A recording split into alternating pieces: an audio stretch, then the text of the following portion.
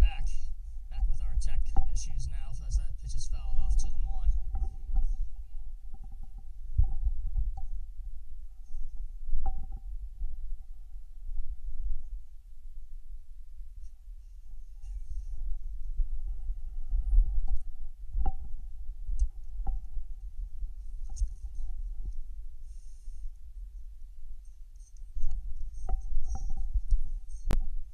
A strike as this pitch is tapped to third. DeCarlo will step on the bag and that will hold on to the ball. That's 2 down. So Purgatorio will reach on the fielder's choice. And there are 2 down.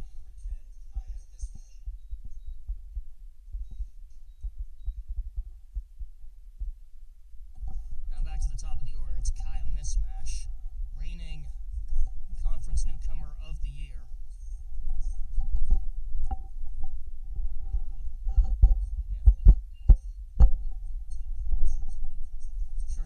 Third is not in time. A double steal executed to perfection as Ratliff swiped third and Purgatorio swiped second. Don't see a double steal too often anymore, but now 2 runners are on in scoring position. 0-1 misses outside.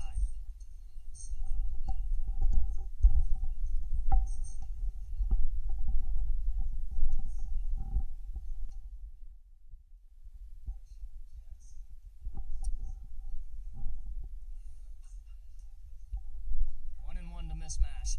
Tapped out toward the circle. E.T.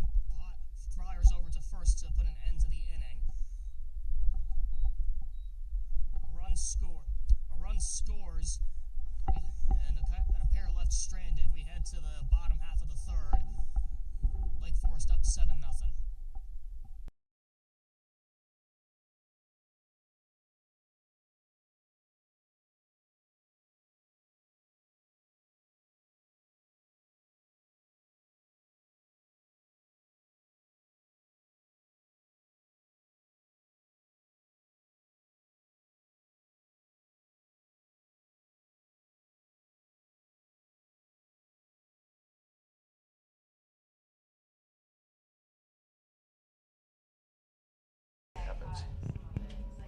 Test, test.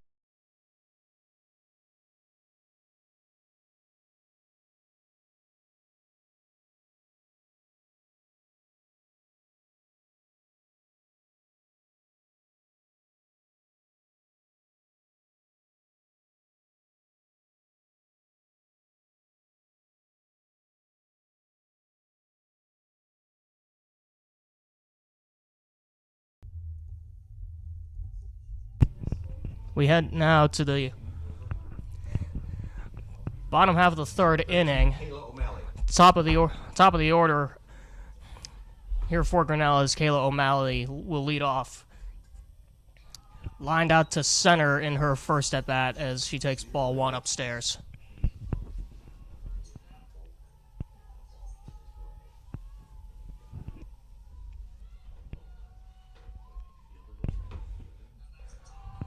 This one misses upstairs, 2-0. I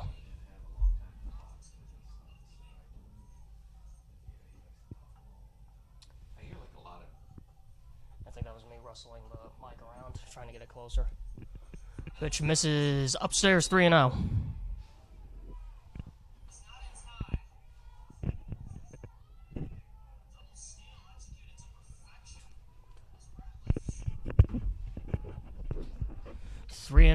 And a 4-pitch walk to O'Malley to lead off the bottom half of the third, just what Grinnell needs. So that'll bring up Lindsay Schultz, who singled to left in her first AB.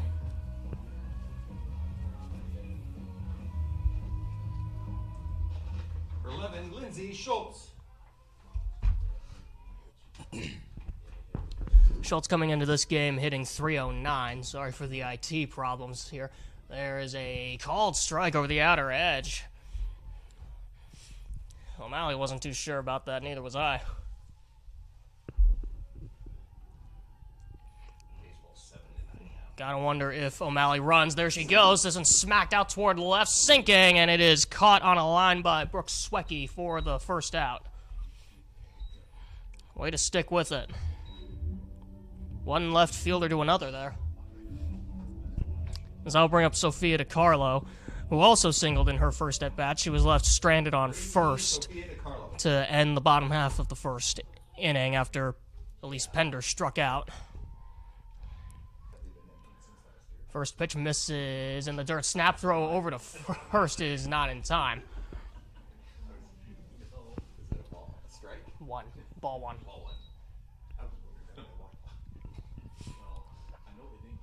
Ball and no strikes to the seniors. This pitch misses way upstairs, 2-0. DiCarlo, second best hitter by batting average in this GC lineup, hitting .345 entering this game. She has started all 20 games for this Grinnell squad along with 3 of her teammates. This is popped up shallow right. Who wants it? It is the right fielder, Emmy Nean, to make the catch for the second out.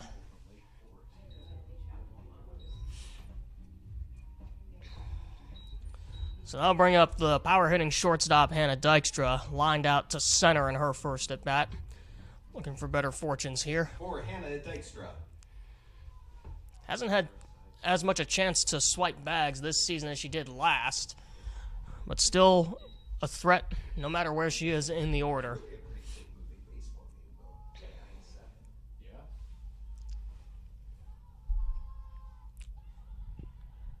A ball, no strikes. This is smacked foul back over behind the third base dugout. Evens the count at 1-1.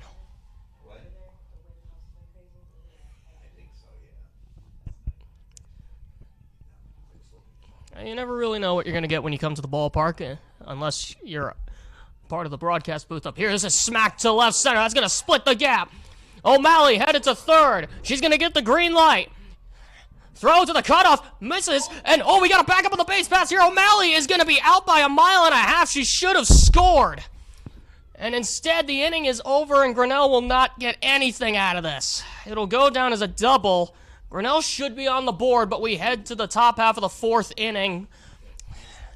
Lake Forest still up 7-0.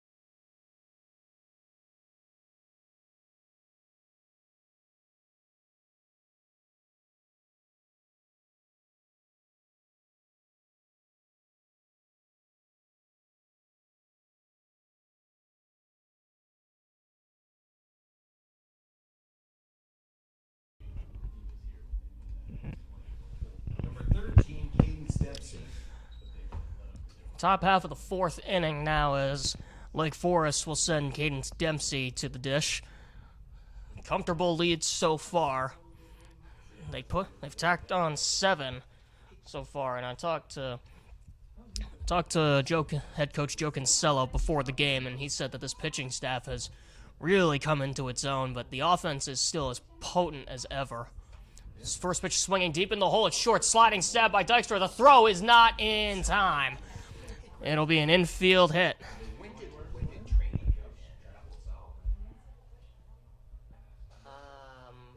Top third against Swecke. So an infield single to lead us off. It was a great play by Dykstra just to keep the ball in the infield, but from a knee she just couldn't get that much power on the throw. As Coach Kinsella looks like he might be using a courtesy runner here, or he's making a substitution. I don't know who exactly yet. And we do indeed have a courtesy runner. We'll have to sub that in, as Nicole Marceau will stand at first.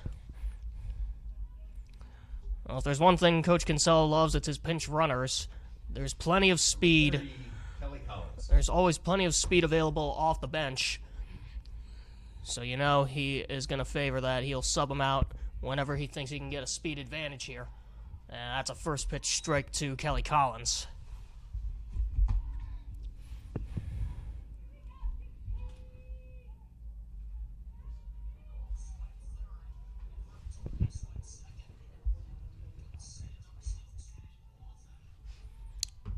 Oh, 1. This pitch misses outside. There goes Marceau. The throw down is nowhere near in time, and there's the speed. A stolen base, and a runner is quickly in scoring position to lead off the top half of the 4th. And Gostila never really stood a chance.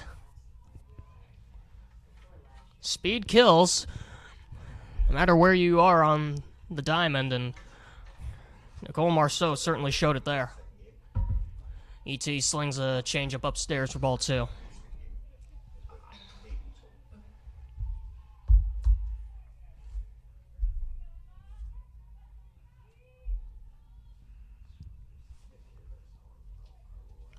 Two and 1. As pitch skips off the mid of Gostila, and Marceau is going to advance to 3rd. And we'll see if that's scored as a wild pitch or a pass ball, and we do have a wild pitch. Well, the count is 3 and 1 now to Kelly Collins as the run ruling run is on 3rd. This is lined into left field for a base hit, and the run will score. It is 8-0 Lake Forest as the run rule is now in effect. Number 19, Emmy Nian. Kelly Collins cashes in. As I'll bring up Emmy Nian, the right fielder. Another line drive that's just been out of the reach of GC fielders, as Coach Kinsella is going to have a word with his starting right fielder. And we'll see what goes on here. It looks like we might have a substitution once again, and it looks like it's going to be Coach Detterman who's making the substitution, as it looks like ET's day might be done here. And it is. So Ella Young, the freshman out of Chehalis, Washington, will take over. We'll take a step back. Don't go too far, folks. This is GC Softball on the GCSN.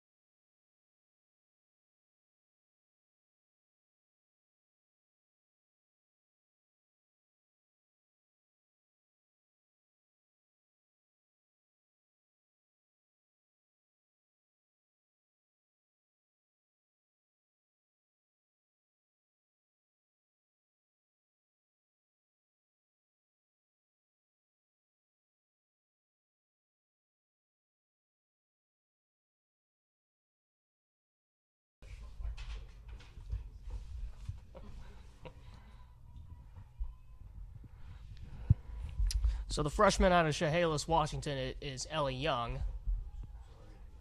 And we do have another courtesy runner. It looks like it is going to be Macy Lake over at first now running for Emmy Nian. Or, I'm sorry, she's going to be running for Kelly Collins. Lake in to run for Collins. Number 19, Emmy Nian.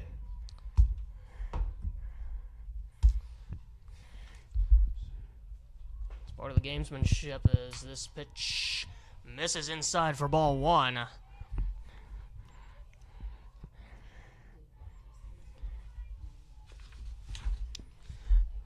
Young's had a rough go of it so far, as has this entire pitching staff. This is her 6th appearance of the season, an 8.08 ERA. Squaring the bunt, it gets down, but it is going foul. That'll even count at 1-1.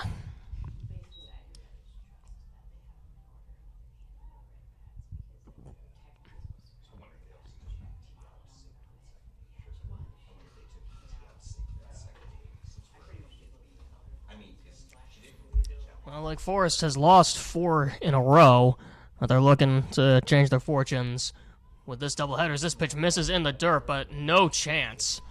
That'll be a stolen base. 2-1, yep. As that pitch missed in the dirt, but even if Gostila was able to pick it up cleanly, I don't think she had a chance of throwing out Macy Lake.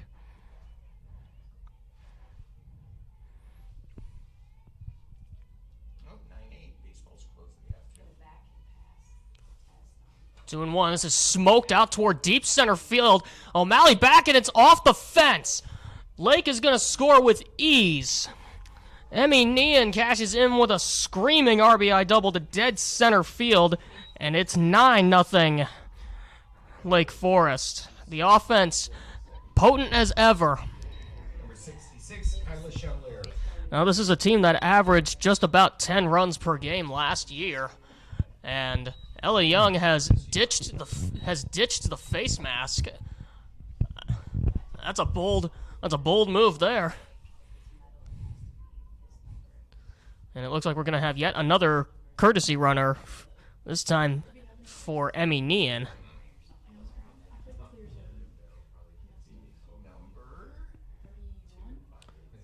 And it'll be number 31 coming in to pinch run. That's Abby Lewis, the true freshman out of Buffalo Grove, Illinois. Number 31, Abby Lewis in to run. And she's also a true lefty as well. So Ella Young will go back to work here, this time against Kyla Chevalier, the first baseman. Now without the protective face covering that some of her teammates boast. I know that's going to make her folks nervous as there's a base hit into left field. Lewis is going to be sent to the plate. DiCarlo didn't really see it, and another run is going to score. It's 10-0.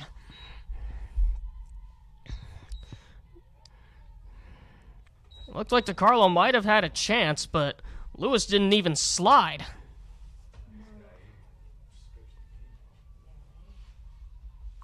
As Joe Kinsella looks like he's making another substitution. Looks like we're going to have another pinch runner.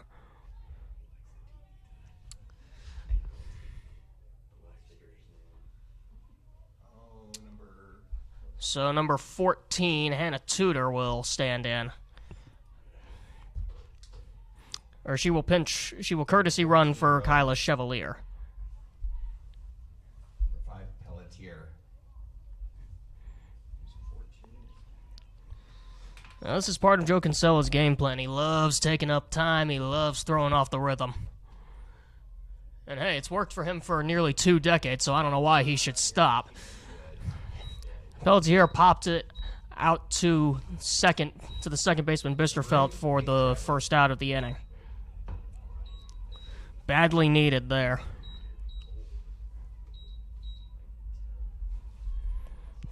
And I'll bring up Paige Ratliff.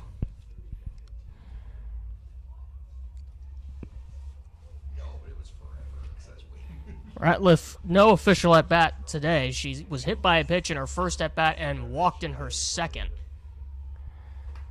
As this Grinnell team just still cannot find a way to get any runs on the board, especially against some of these top-tier opponents. They scheduled the season so that they would have more of a top-heavy schedule.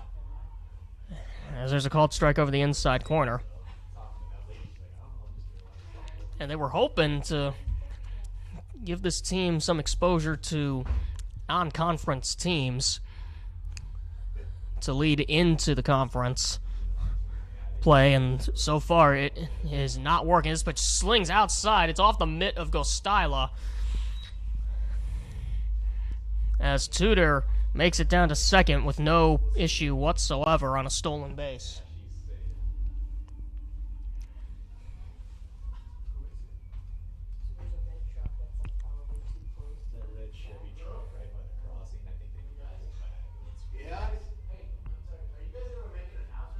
2-1. There's a base hit into center field. O'Malley cuts it off. Runner headed to the plate. It's becoming an onslaught now. Tudor scores, and it's 11-0 on an RBI single from Paige Ratliff. There's a red truck that needs to be moved immediately. The train cannot get through. Thank you. Yeah, and we do have a train trying to come through in a red truck, apparently blocking the. Pinch runner number. Hey, you gotta look for some entertainment here. It's not a great day for this GC team, but we can have a laugh about what's happening. Pinch hitter. We can have a laugh about what's happening off the field here. 17 pinch hit. So Bella Antonucci will pinch hit here for Brooke Swecky. Antonucci into pinch hit.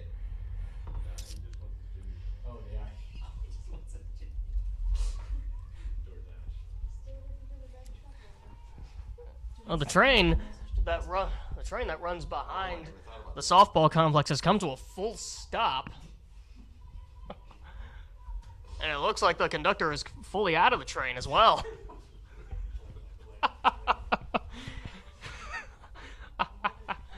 Only in Grinnell, folks, as that pitch misses for ball one. I'll be curious to know what's holding up the train. They got deliveries to make.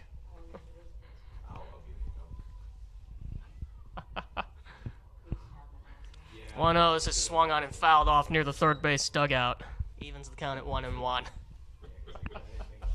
pity the poor person whose car that is. They're going to feel so. Oh yeah, that guy's in a freaking shoe. Okay, we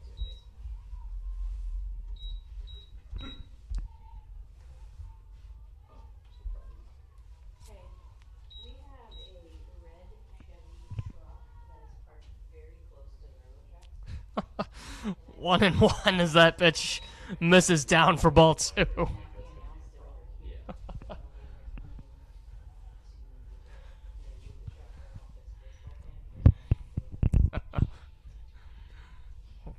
Well, in the bleak times, you gotta look for something to make you laugh, and this is definitely one of them. As that pitch misses outside, 3 balls and a strike.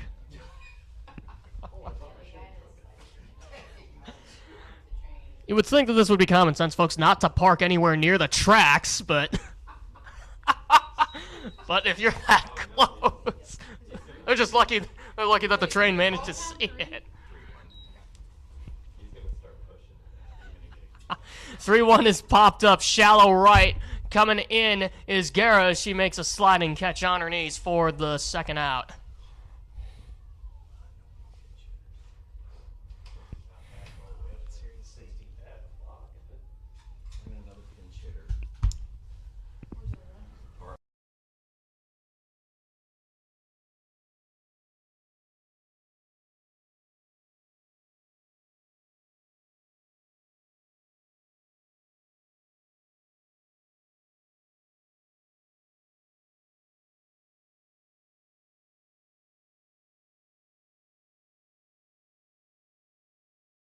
Number 18, Morgan Tracksinger.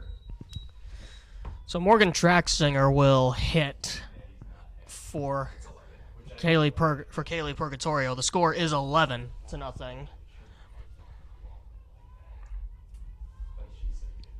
So we'll see what Tracksinger can do here. Usually found in the pitching circle, but in this instance, she will get a chance to hit.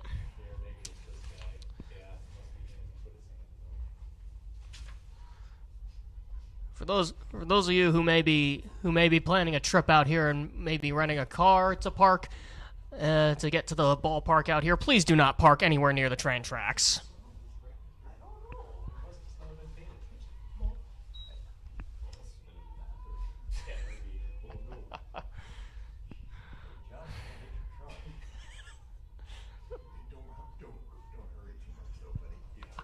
Don't 2-0 misses upstairs. It's 3-0. Eighth batter. This is the 8th batter of the inning. As Grinnell just has had these innings in pretty much every single game that they've had for the last 12 games running. Just have not been able to hold opponents at bay as there is a called strike.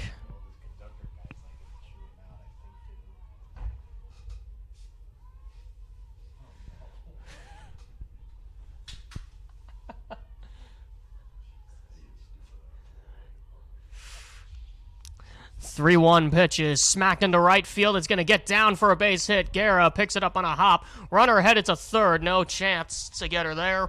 Runners are now on the corners with 2 outs. Morgan Traxinger cashes in with a line drive base hit and advances Ratliff all the way to third. So that'll bring us back to the top of the order. Kaya Mismash. She's 1 for 3 today with a single. And finally, the red truck is moving.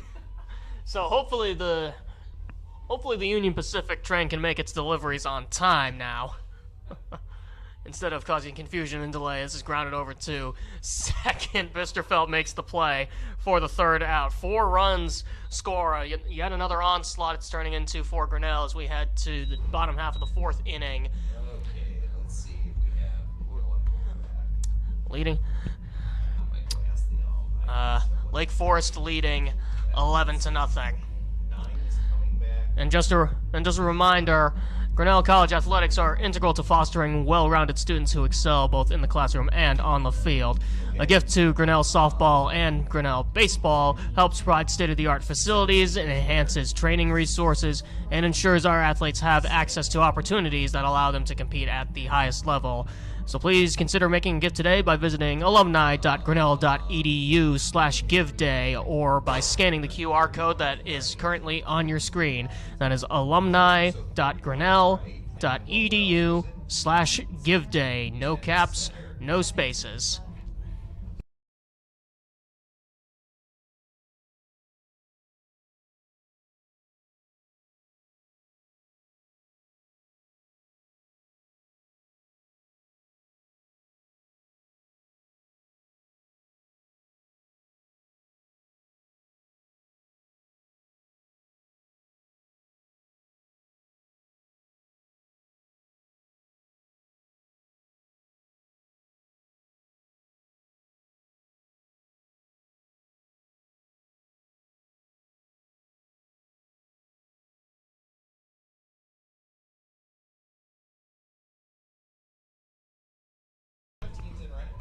Which one's right?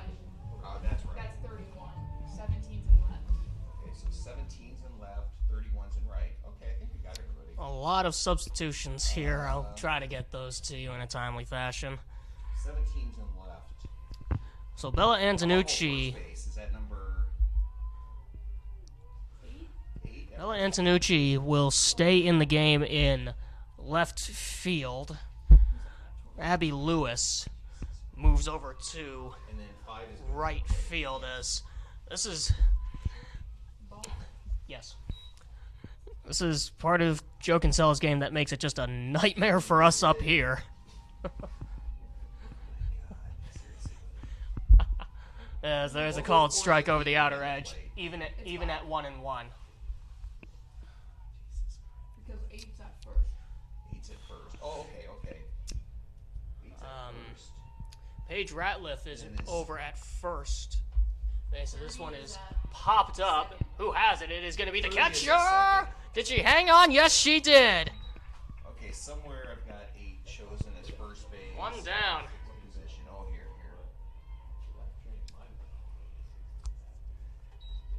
So what was that? Pop out. Pop out to the catcher. Who's at catcher? 5, thank you. Okay, so Cheyenne Pelletier You is said 8 is at first. now behind the dish. As And what Leanna the- Guerra stands in as she takes a called strike over the outer edge.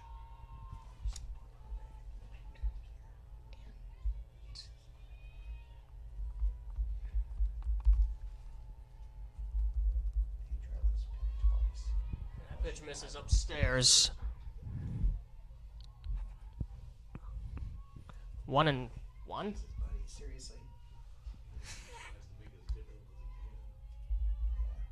We're gonna say 5 is catching, right? Yes. That pitch misses. Is that gonna do it? We don't have third base taken care of. 22. 22's at third? Perfect, okay. Okay, so Pender popped out to who? Short. Or catcher. And And then we That have pitch misses. Guerra. Upstairs, ball 4. So Guerra gets a 1-out walk. Okay, there we go. Jesus. Still trying to figure out the defensive alignment here. So it appears as though Kaylee Purgatorio and Kelly Collins are the only 2 original starters that are still in the game. Along with the pitcher Brooke Chalet, as that pitch misses in the dirt to Gostila. Sienna Gostila at the plate.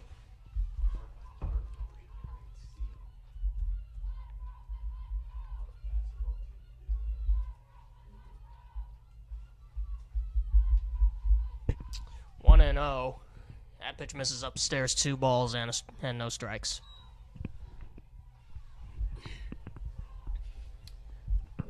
Well, Brooke Chalet making her 8th appearance of the season. This is her 4th start. 10.2 ERA, so she's definitely looking to keep it down. That catches the zone for strike 1. Is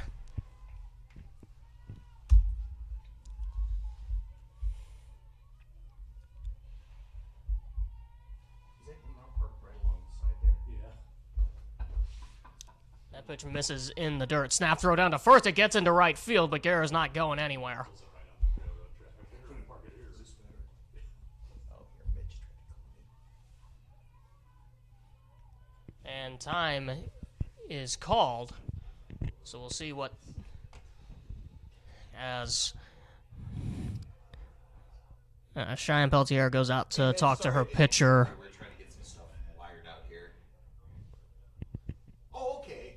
Okay. So Chalet is one of the seniors housed on this roster out of Lake Geneva, Wisconsin. She is a switch hitter, but tosses from the right side. She did well for herself last year. Had the lowest ERA on the team, 3.03 ERA in 57 2/3 innings, as well as the lowest WHIP at 1.35, as that's a called strike over the inside corner. She brings the count even at 2-2. So she's definitely had success. She was the ace of this staff last season, without a doubt. And that pitch misses upstairs, and that's going to be ball 4. And Lane Kohler will stand in. Sorry, I lost track of the count there. Great, Lane Kohler. So back-to-back walks for Grinnell, as Lane Kohler will stand in for her second at-bat. No official AB, as she walked in her first at-bat, and there's a call. Strike. Outfield, who's in the left, did we say? Left 17. There's the 0-1. That pitch slings upstairs, and the throw back to the pitcher got away. But luckily, Gailey Purgatorio heads up as always. No, not 5. 9. 5. Managed to keep the ball on the infield. First and second, 1 out.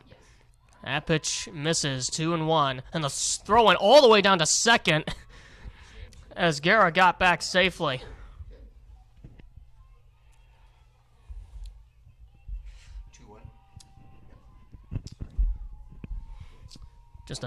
My scorebook is just a nightmare right now.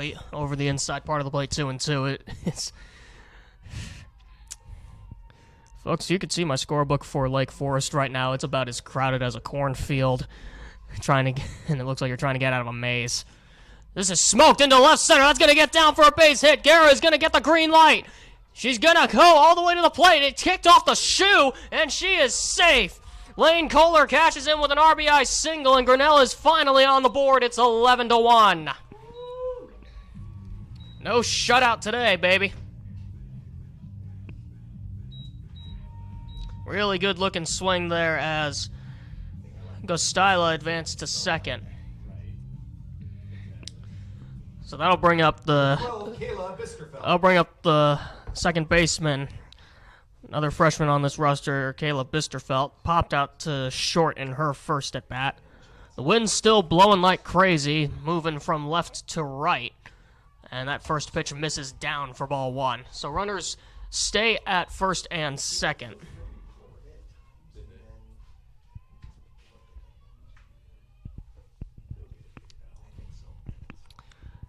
1-0. Wish he wanted to go after that pitch high and away, but lays off 2-0.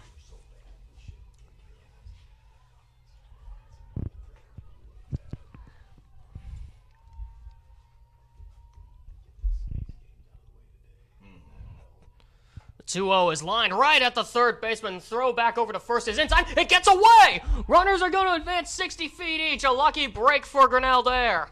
So it will be a line out and a throwing error, as the runners move to second and third now. We'll see if Grinnell can capitalize on that. 13, Kayla O'Malley. So that'll bring us back to the top of the order with Kayla O'Malley, who's 0 for 1 with a line out and a walk. That pitch misses for ball 1. O'Malley was thrown out trying to score in the bottom half of the third inning on a screaming double from Hannah Dykstra, so it really should be 11-2 right now. And that pitch misses up 2-0. But for whatever reason, even though O'Malley was getting the green light from Lexi Detterman, she just threw on the brakes. Oops. Sorry about that. That pitch skips away, and the runners will stay right where they are. 3-0.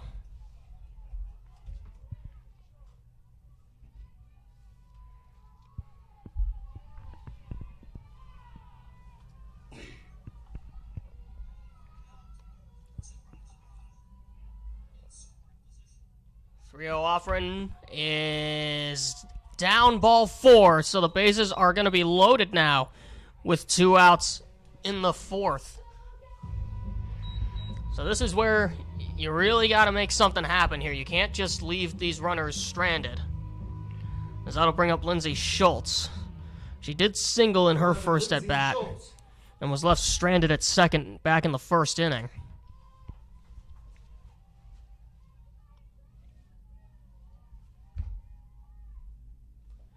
Pitch misses for ball 1.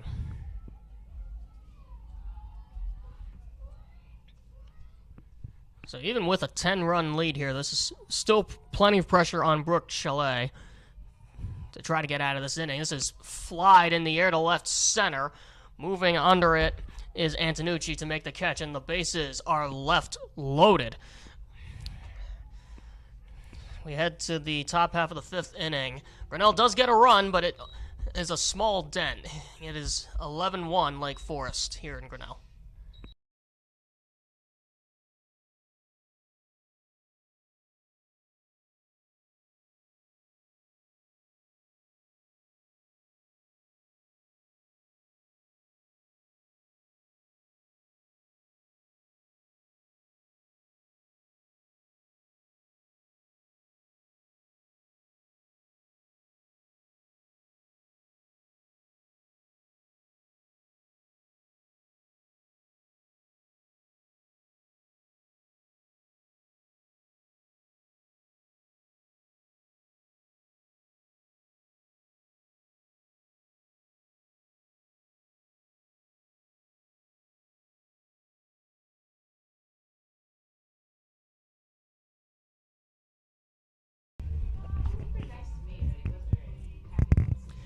Top half of the 5th inning now. Grinnell fighting an extremely uphill battle. A 10-run lead that Lake Forest holds as Nicole Marceau will stand in. 22, Nicole Marceau. She singled. She led off last inning with a single to Hannah Dykstra. So we'll see how well Marceau can do here in her second at bat. First pitch from Young misses upstairs for ball 1. Marceau, extremely limited experience so far this season. That hit was just her second hit of the year, so she's now 2 for 12. And a check swing, and it's going to be a called strike. Evens the count at 1-1.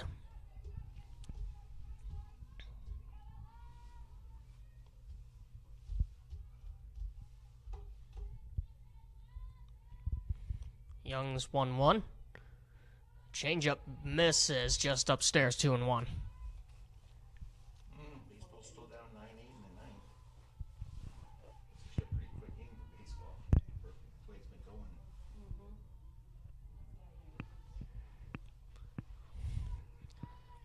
Young's 2-1 is fouled back behind the bleachers, evens the count at 2-2.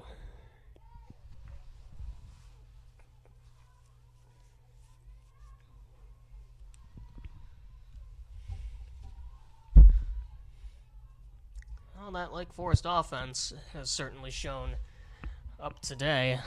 They did it plenty last year. They averaged just a little under 10 runs per game. Last season, they've tacked on 11 so far. They were really young last year, weren't they? I do too.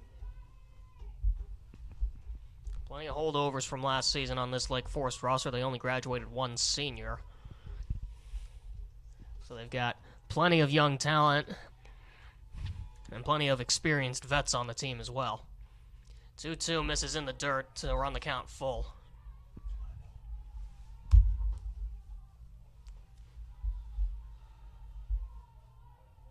New basketball uniform. Marceau is new to the team, though, as a sophomore out of Palatine, Illinois. So she gets her first season as a Forester, and this is smoked off the mid of the third baseman DeCarlo into left field for a base hit. Rounding first, headed to second. The throw-in is not in time. It'll be a double for Marceau, as she's 2 for 2 in this ball game. DeCarlo got a mitt on it, but ultimately it was not enough, as the ball just seemed to be exploding off the bat.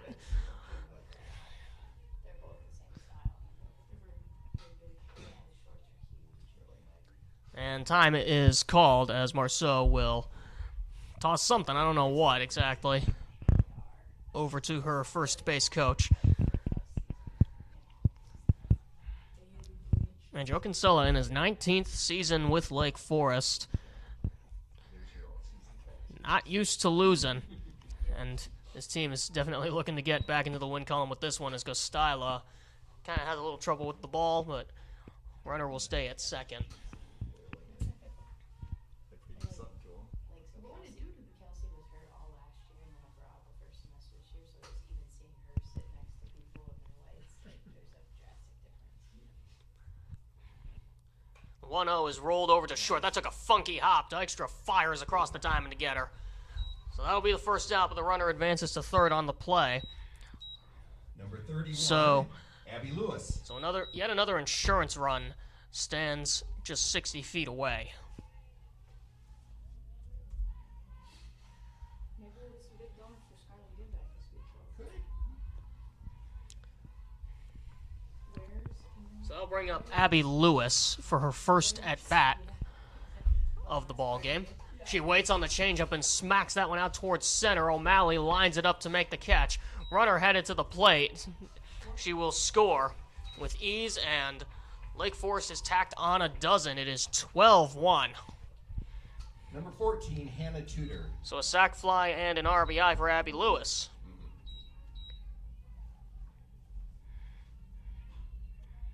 As the onslaught continues in the plains of Iowa. I'll bring up Hannah Tudor. Not a member of the Tudor dynasty, but certainly looking to forge one of her own, as this pitch skips in for ball one.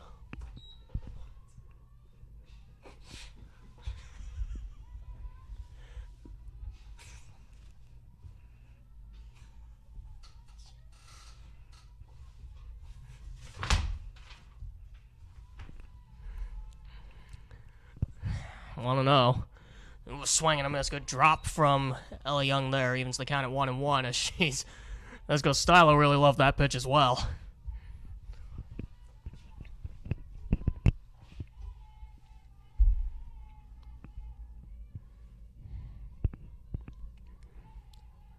Bases are empty now as that pitch misses high and away for ball two.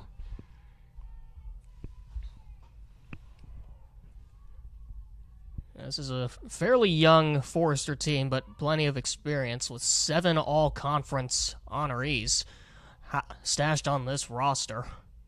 This is grounded foul over near the third base dugout. Kaya Mismash, Kelly Collins, Kyla Chevalier, and Kayla Collins all made first-team conference last season. Cadence Dempsey, Kaylee Purgatorio, and Emmy Nean were housed on the second team. Just plenty of talent to go around.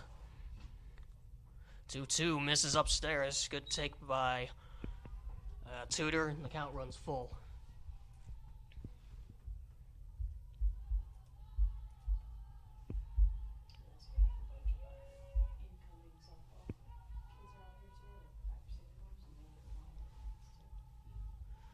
Payoff pitch. Miss outside, ball 4. So a 2-out base runner for Lake Forest as they got a chance to tack on even more here. As that'll bring up the now catcher Cheyenne Pelletier. She has to ditch the catching equipment. Okay, coming into this game hitting .375 with a trio of home runs and 9 ribbies so far, as this is a team that loves their power hitters. As this one is blooped off the mid of the shortstop, Dykstra into left field for a base hit. Just out of reach, and the inning will continue. Hannah had a chance to flag it down, but it just went off the top of the mitt. Just one of those soft line drives, just out of reach. So I'll bring up Paige Ratliff, who moved over to first inning as we got another substitution coming in. And we'll see what Coach Kinsella has cooking for this one. And that looks like number 6. It looks like it's Leah Taglia coming in to pinch, or to courtesy run. Looks like she's running for Cheyenne Pelletier.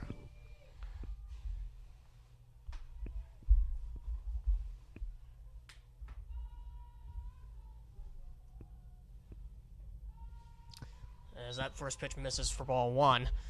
Paige Ratliff standing in.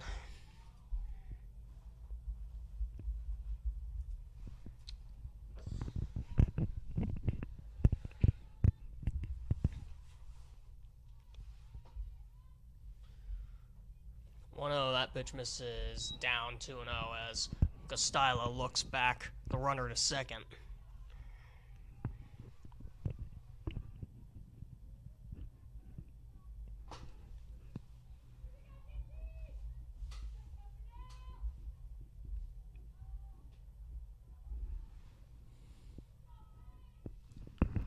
Two and 0, swing and a foul.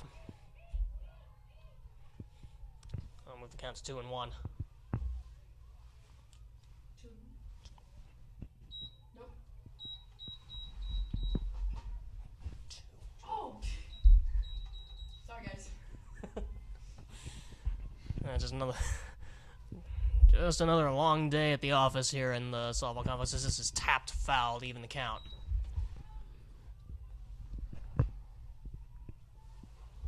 Plenty of speed housed on this roster. 50 stolen bases total for this Forester team. Gaia Mismash makes up 17 of those on her own.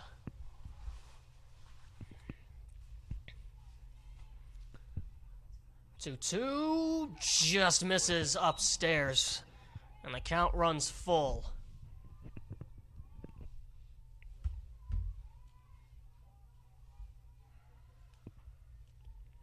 Runners should be on the move here with 2 down. Payoff pitch. Smoked out toward left. That's got plenty of carry. Schultz is back, and it's going to hit the fence. 1 run is in. Here comes the second run. Dykstra will not fire home. A pair of runs score on a screaming double. It's 14-1 Lake Forest as the onslaught continues. Number 17, Bella Anucci.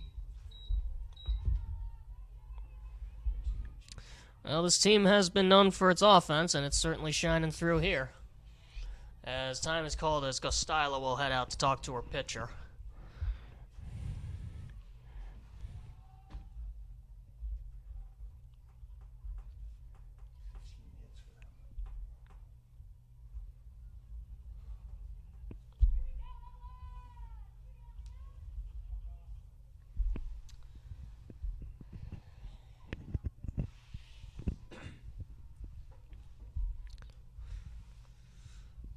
So that'll bring up Bella Antonucci. She's in for her first, or for her second at bat, as that pitch missed down for ball one.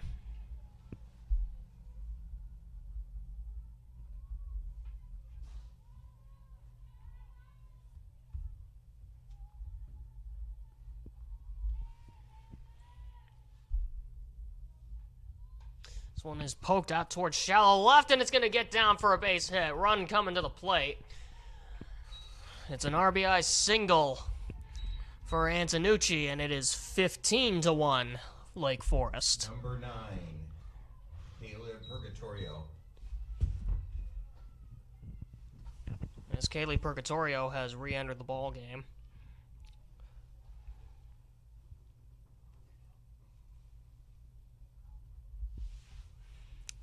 And an infield meeting called by Coach Detterman.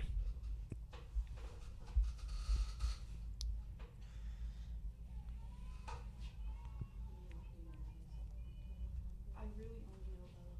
That's it.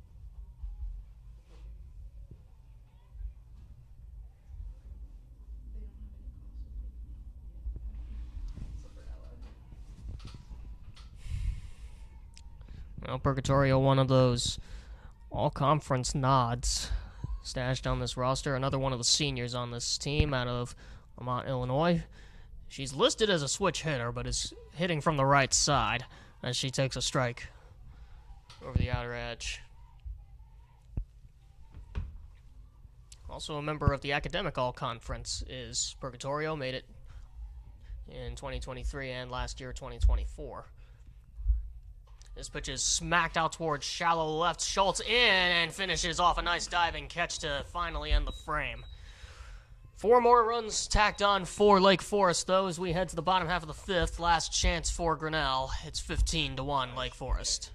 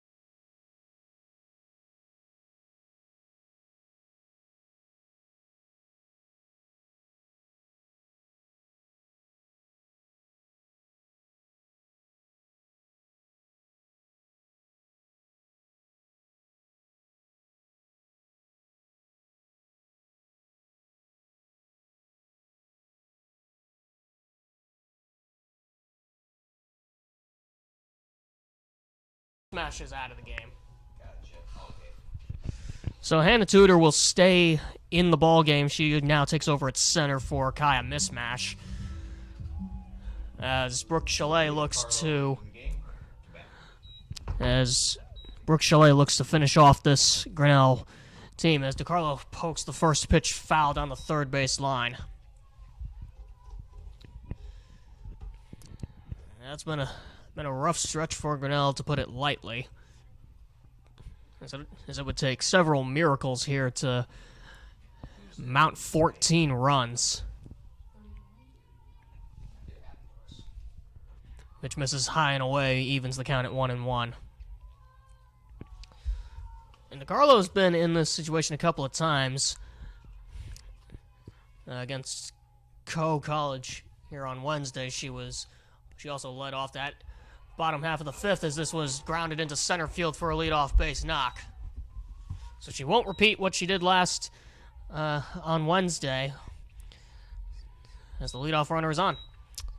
And that'll bring up Hannah Dykstra, who should have an RBI to her name today, but instead is 1 for 2 with a double and a line out. So we'll see what the Corona native can do here. And first pitch is taken for a strike over the outer edge. Good frame there by Peltier.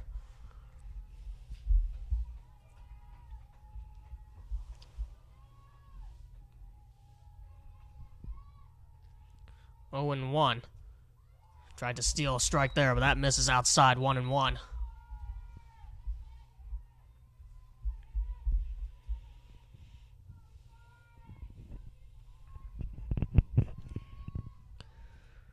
One pitch misses outside. 2-1.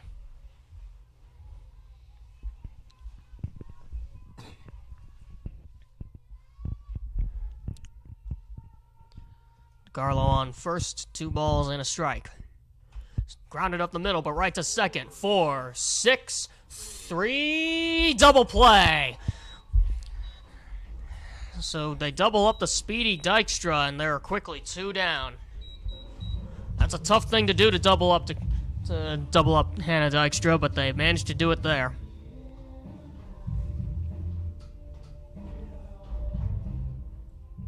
Elise Pender. So that'll bring up Elise Pender, who's now the last chance for Grinnell in Game 1 of this doubleheader.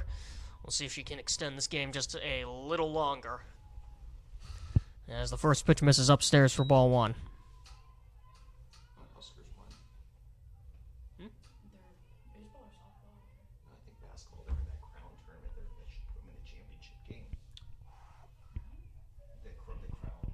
It's like a version of the teams that did. Ball and no strikes. That pitch misses outside for ball 2. Is the So they have the NIT and then 2-0 the count. Basically, 2-0's account. Basically, teams in bigger conferences that don't want to go to the NIT. And there's a called strike over the outer edge. it's the first year for it. Well, Shalea's been looking for success this season, and she's certainly got it so far today. Only that one run allowed. Came into this game with only 11 2/3 innings pitched. As this pitch skips away, that'll run the count to 3-1. It started last like Monday or Sunday or something. I definitely want to win that. We could get some jerseys. There's a couple cents. God, imagine that's wouldn't it? 3-1 to Pender. Popped up on the infield. Who wants it? First base. Can't make the catch. Ratliff let it drop. Looked like she misjudged it a little too much, and so that'll run the count full. So this game's not quite over just yet. Grinnell's got a runner on second with one out. Baseball.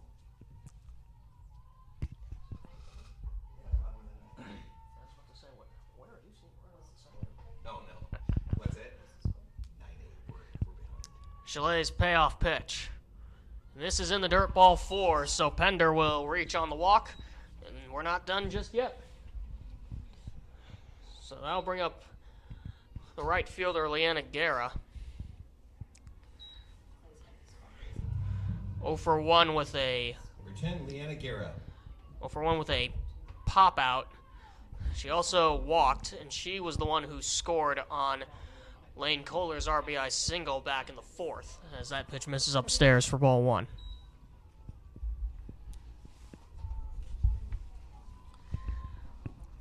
Now, these are the kind of games, this is the kind of season that is certainly going to build character for these freshmen.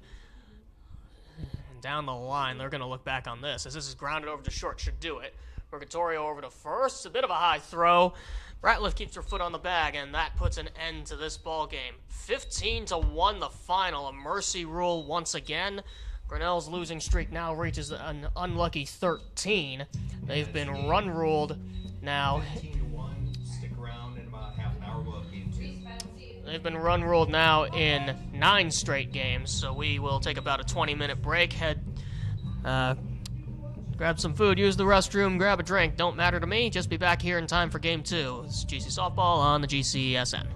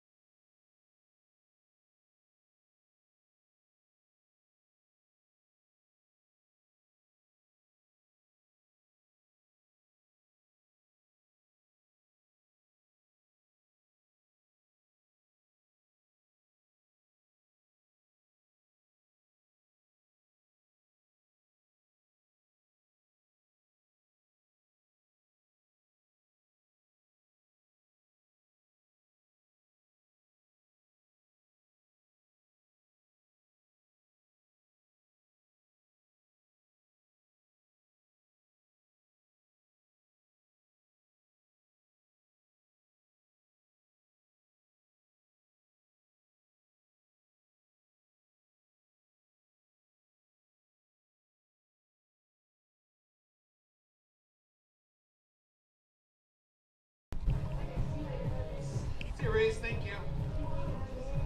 Welcome back to the broadcast, folks. We are just about set to start game 2 of this doubleheader.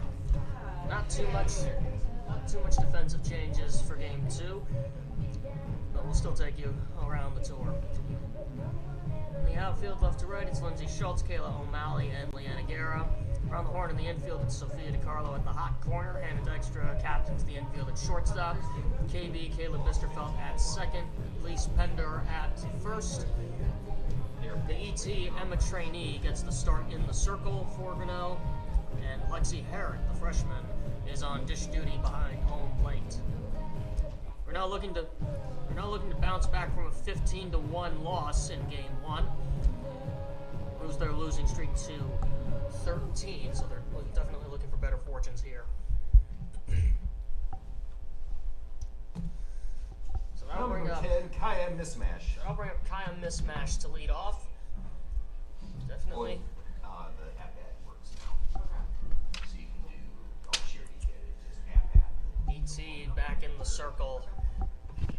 Strange to have a junior as one of the more experiences. The bunt is laid down.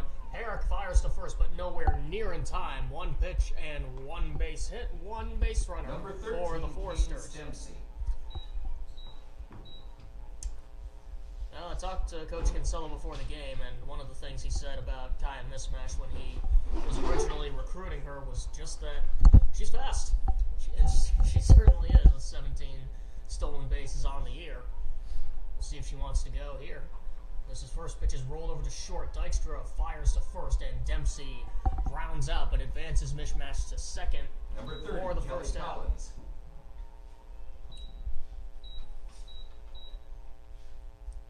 So Lake Forest now sits at 9-10 on the year. They are 1-0 now in the conference, looking to keep that up. Well, I think this is a year where they're just looking to keep pace. And as that'll bring up the first baseman, Kelly Collins, who swings at the first pitch and misses for strike 1.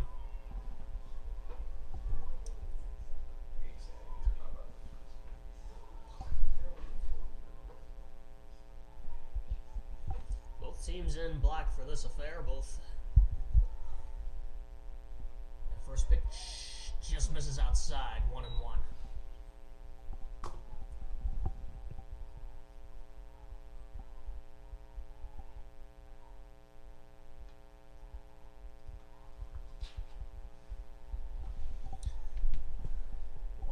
From ET. Tries to go to the outer edge and misses 2-1.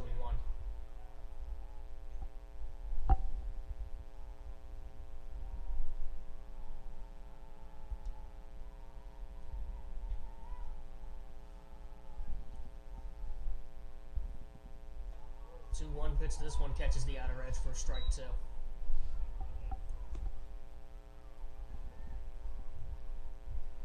Wind now blowing.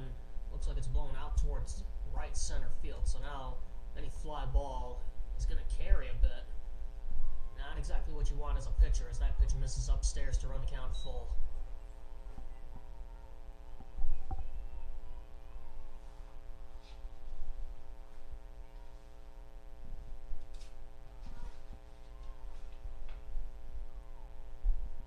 ET's payoff pitch misses in the dirt for ball 4. Mismatch. Looked like she was going to try to make a break for third, but instead wisely holds. So that'll put runners on first and second, as Coach Kinsella is calling a meeting and with his runners.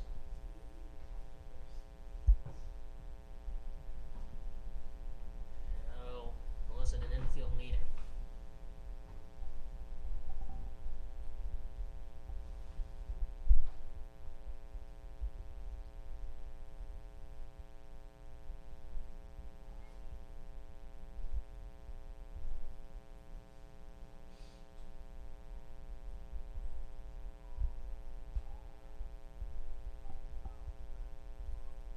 He pitched in the last game, but was taken out of the game pretty quickly.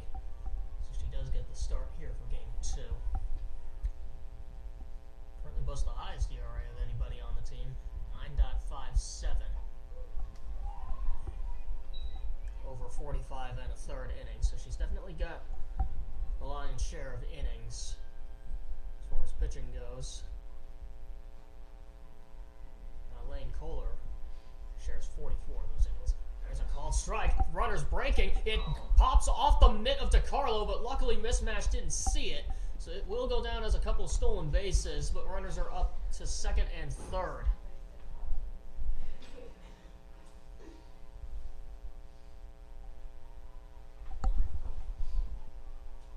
Looks like that ball kind of popped in and out of the mitt of Lexi Herrick. 0-2, smacked off the mitt of ET into center field for a base hit. One run is in.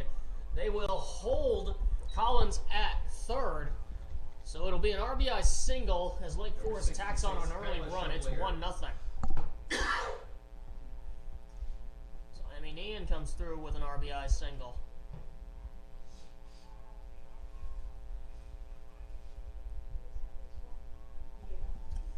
So it'll be Kyla Chevalier who starts this game behind the dish. Looked like she was going to show a bunt there for a second. There's a called strike. Throw down to second. Looked like it was in time. Mismatch breaking for the plate. The throw to the plate is in. Not in time. She didn't get the tag down. Mismatch managed to get under the tag of Herrick. And it's 2-0. And Coach Detterman now is going to have a talk with the home plate umpire. Although there's almost nothing she can say or do to change the call on the field. Man.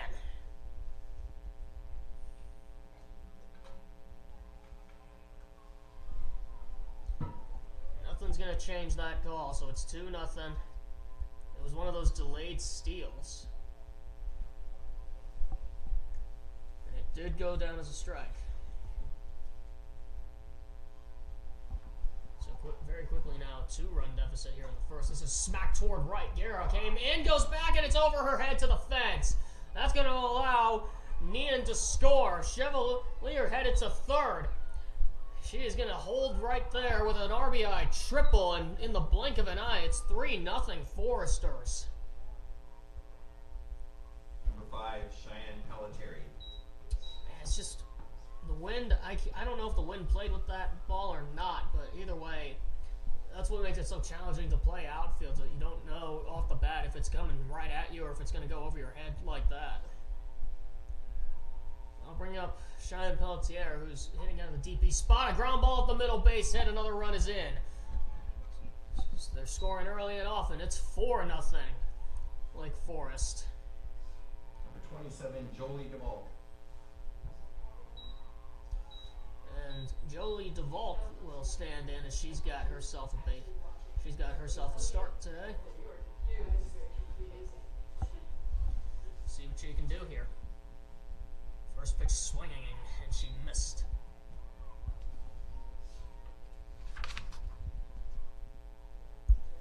Comes into this game. This is her 7th start of the season, hitting .227 on the year, 5 hits to her name. So we'll see what she can do against Emma Trainee. As that pitch misses, runner goes. Throw down is in time. Lexi Herrick guns out the base runner. Caught stealing. Pelletier. Yes. Gunned down, trying to swipe second. Nice throw, Lexi Herrick. So now there are 2 down. Count is even at a ball and a strike. This is tapped foul down the third base line. Count moves to 1-2.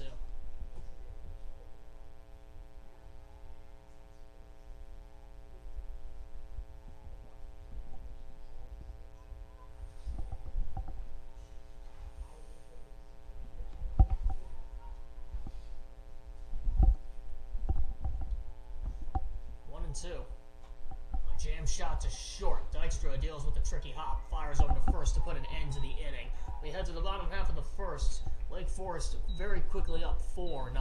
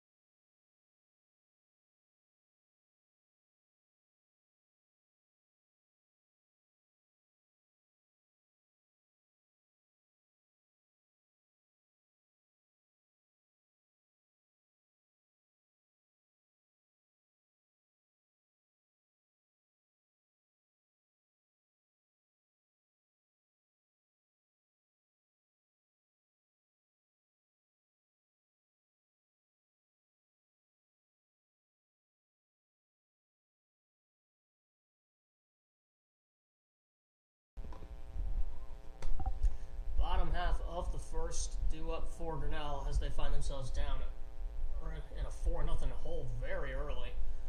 And it'll be Kayla O'Malley to lead off. Morgan Traxinger toes the slab for Number 13, Kayla for the O'Malley. Foresters. This is just her second start. She had limited playing time so far throughout the season.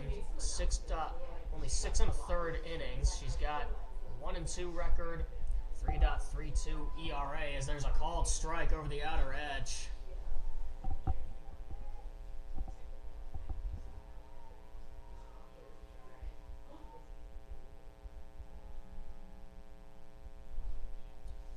Twirls a changeup, and that catches the knees for strike 2.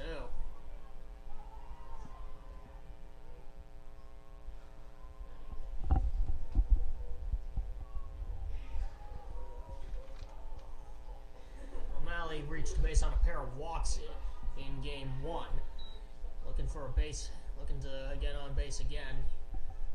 Maybe get at least get a spark out of this offense, which was just held in check. It's been held in check the last couple of games. Rolled over to second. Throw over is in plenty of time for the first out. Weak grounder over there. Couldn't really do a ton about it. So that'll bring up Lindsay Schultz. Number 11, Lindsay Schultz.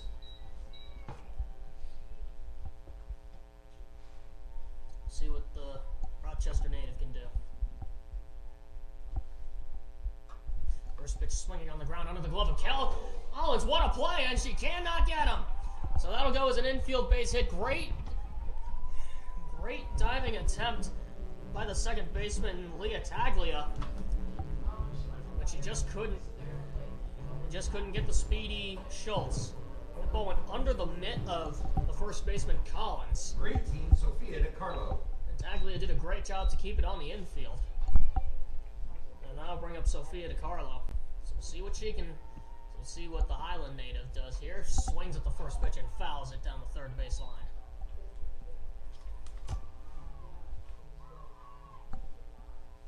Hi, Mitch. Okay. So the Presto login is my email, schultzt@grinnell.edu, and the password is Rosenblum with a small r. 0-1, a changeup skips in for ball 1. Good on Soph to lay off. Okay. Did that do it?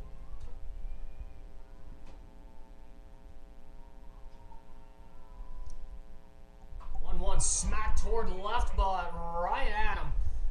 2 down. Man, that was hit on the screws, but right at Jolie DeValk. Barely had to move. And that was just the Presto way 2 up and 2 down. Okay. So I'm sure this feels good for Morgan Traxinger in the Fourth circle. into Dykstra. She did not play at all last season in 2024. Her last time playing was on the events, back in you 2023. should just be able to press the date of the event and the actual event. Even though she wasn't really known as a pitcher, she's played in 27 games, but mainly was a It hitter. says what? So I'm sure she feels Yes. feels relieved to be Life back in the story, pitcher's circle Yep. as she gets a strike over the inside corner to Hannah Dykstra. That does it. Yep. Game set up, and then you should put in the starters and be good to go. Yep. Thanks, buddy. Bye. 1-1. This pitch skips in. It gets away. There goes Schultz to second, and she's going to make it without a throw. So a wild pitch allows Schultz to move into scoring position. Got to take things one pitch at a time in this kind of game.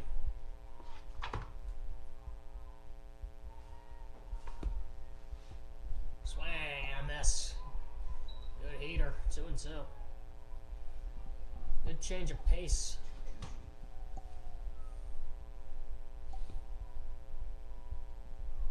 Runner on second, 2 down.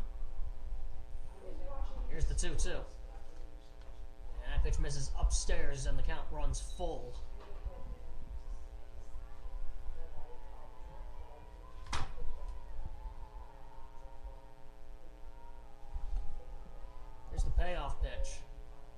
Missed upstairs, ball 4. So Dexter draws a 2-out walk. And now there are runners on first and second here with 2 down in the first.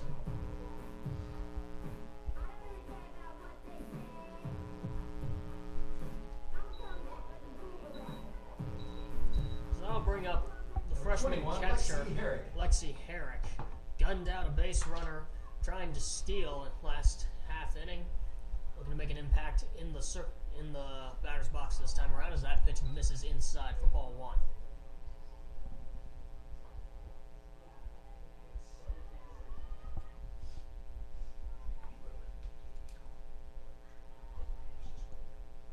Well, no, this is grounded to short. Purgatorio flips it to second, and that'll put an end to the inning.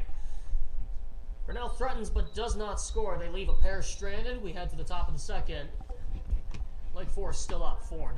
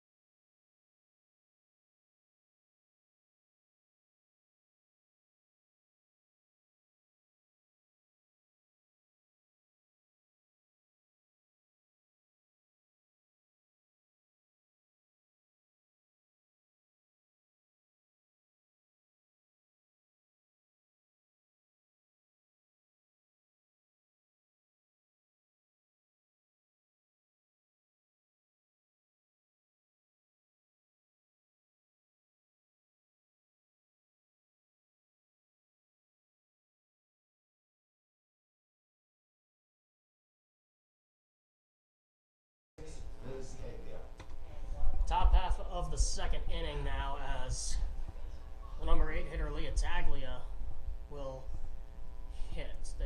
Lake Forest sent 7 hitters to the plate in that first inning.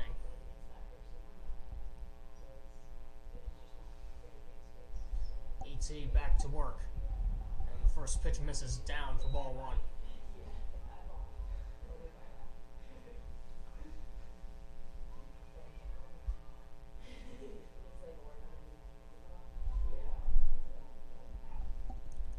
Pitch misses inside, nearly grazed her. 2-0.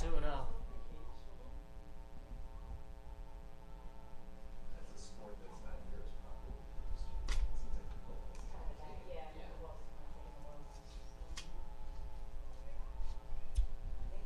Seems like 2 balls and no strikes now. Tapped, and that's a foul ball. 2-1.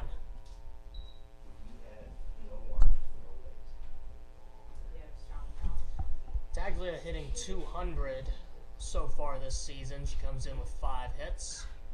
She does have a home run to her name as well as 3 RBIs. And has contributed on the base paths as well with 4 stolen bases. Smoked but fouled on the third base line, and that'll even the count. This offense doesn't slow down for anyone or anything.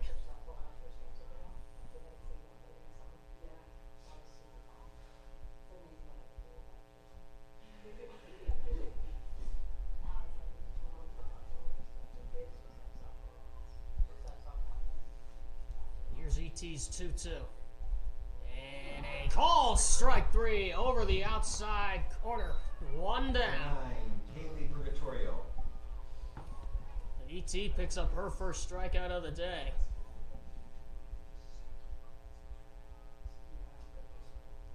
And that'll bring up the number 9 hitter. Number 9, Kaylee Purgatorio. Plenty of speed and talent throughout this order, especially here at the bottom of the orders. This is poked out toward right. It's going to get down for a base hit. Purgatorio comes through, wasting no time. Number 10, Kaya Mismash. With a 1-out single, that'll bring up the leadoff hitter Kaya Mismash.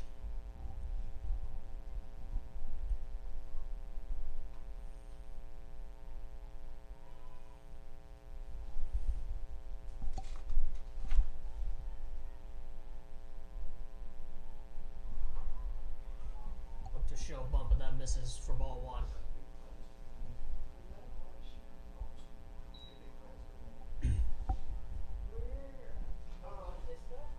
You're what? Oh, it is? Now you tell me. Shows butt, gets it down. Herrick's gonna pick it up, fire to first. It's not in time. Runner broke for third. The throw back to second is not in time.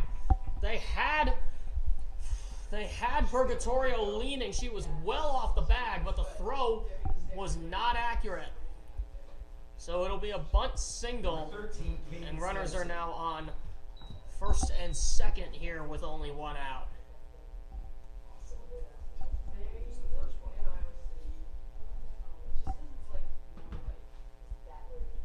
So that'll bring up Cadence Dempsey. She grounded out to the shortstop Dykstra in her first AB. Looking for better fortunes here. First pitch misses down for ball one.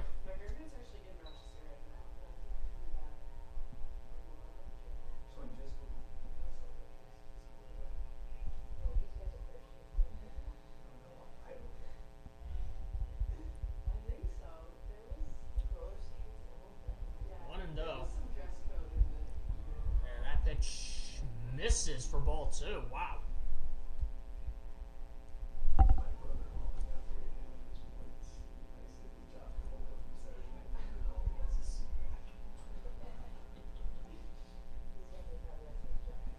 ET definitely having a rough season, but this whole team in general is that pitch is a cold strike over the inside corner. I thought that was well in.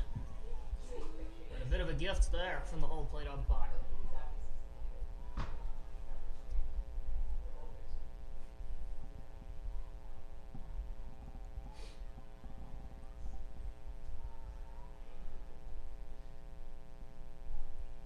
Here's the 2-1. This is smacked to third. DeCarlo steps on the back, fires to first, and there's a double play. Inning over, just what you needed. 5-2-3.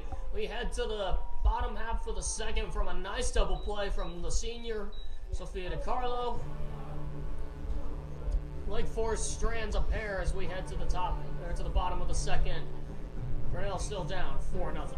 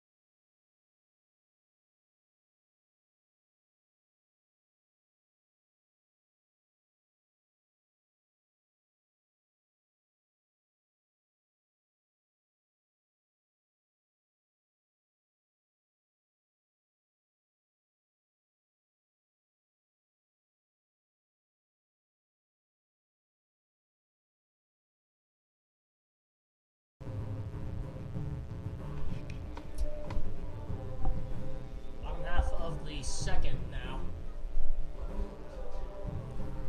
As that'll bring up Elise Pender out of the 6th spot. 22, Elise Pender. Pender went 0 for 2 in game 1 with a pop out and a strikeout, but did reach base via the walk. As that pitch misses for ball 1.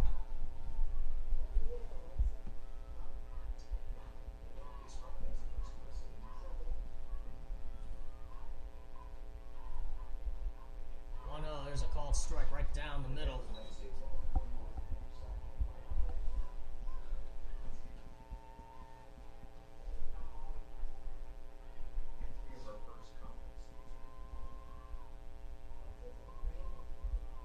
There's the 1-1. A real slow changeup. This is way upstairs, 2-1. Straxinger took a little bit of the rosin bag, so maybe that pitch just slipped out of her grip. 2-1. Ooh, there's a gnarly drop. 2-2. Pender way off balance there.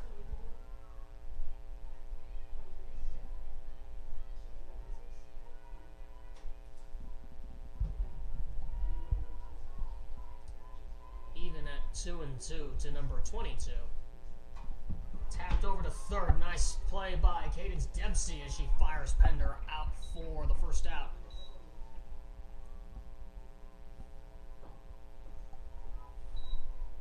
Well, this team has been, this Lake Forest team, Joe Kinsella said before the game that he would have preferred to have a few more wins in the win column to start conference play, but ultimately they've kept with their competition extremely well. So it's definitely a source of comfort there as that pitch misses down for ball one. This pitching staff is one that was still very good last season, but they mainly relied on the offense to bail them out. So having elite pitching is definitely a nice thing to have for this high-flying offense, as there's a strike over the outer edge.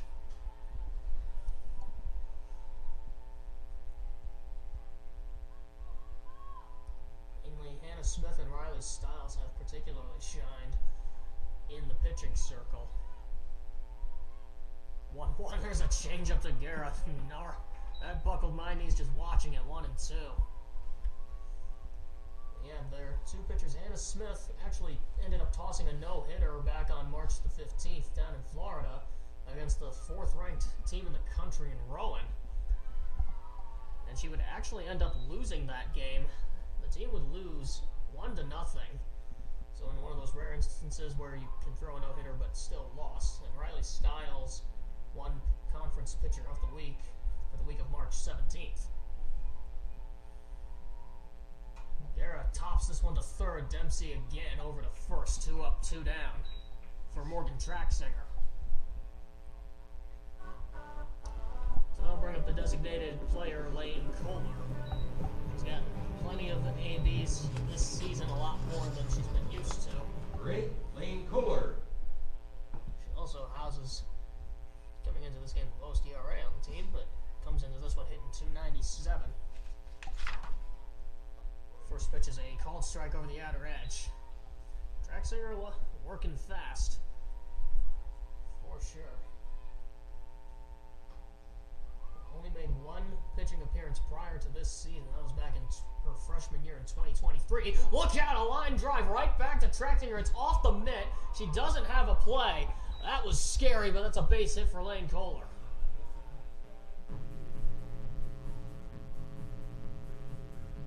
And now time is called,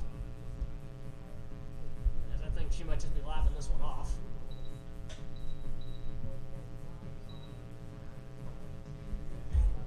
And it looks like it might have gotten her a bit in the wrist.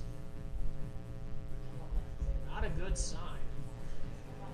It wasn't hit extremely hard, but it was, that's still a scary thing as a pitcher to have the ball coming right back at you. She got her glove up and had it deflected off the mitt, but she looks like she is good to go. Number 12, Kayla Bisterfeld. So that's good to see. So that'll bring up one of the freshmen housed on this Grinnell roster, Caleb Bisterfeld. They call her KB.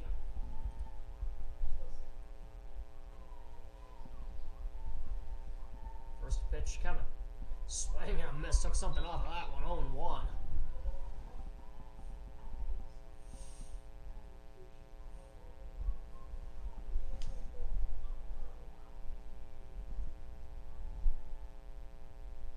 Tracksinger's 0-1. Drops a changeup and it misses. 1-1.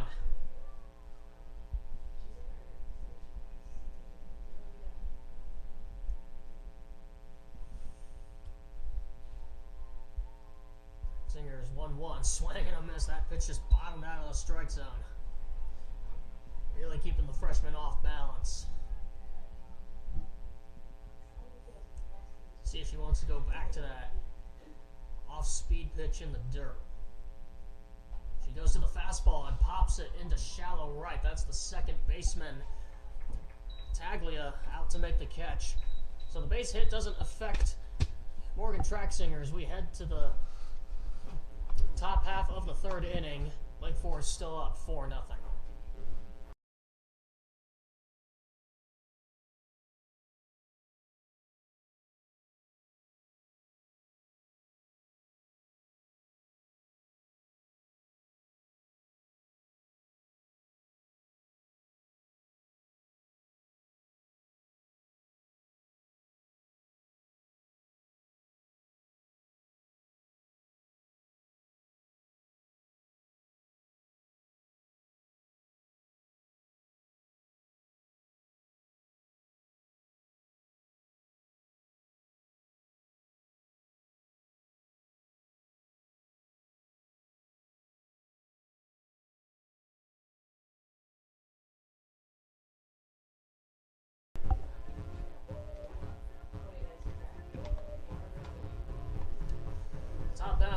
third inning to up 3-4-5 for the Foresters. Kelly Collins.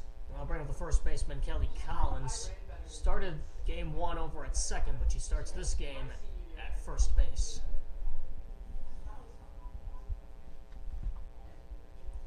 See what damage she can do here against E.T. As she misses for ball one.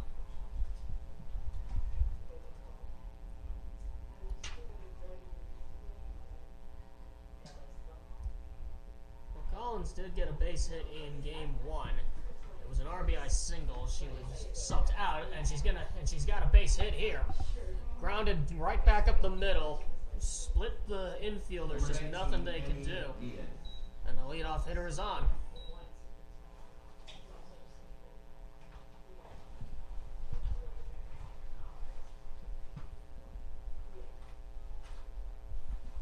I'll bring up the right fielder, Emmy Nian. She singled in a run in the first inning, looking to do some more damage here. And the first pitch is a called strike over the inside part of the plate. Wind continues to howl. It's still shaking the fence, not nearly as badly as it was on Wednesday, though. ET's 0-1, a swing and a miss. Good changeup. Might have been a drop ball. Really just had Nian off balance.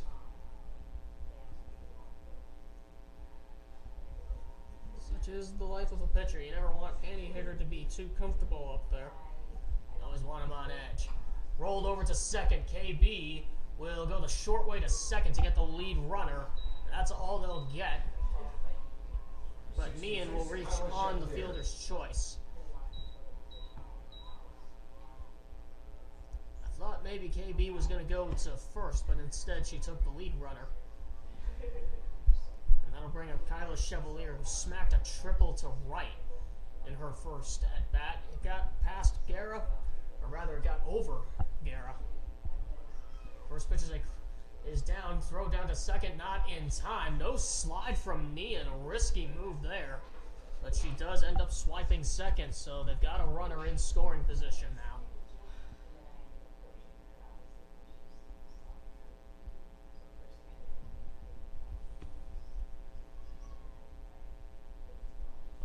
And no strikes. Smoked foul down the third base line, evens the count at 1-1.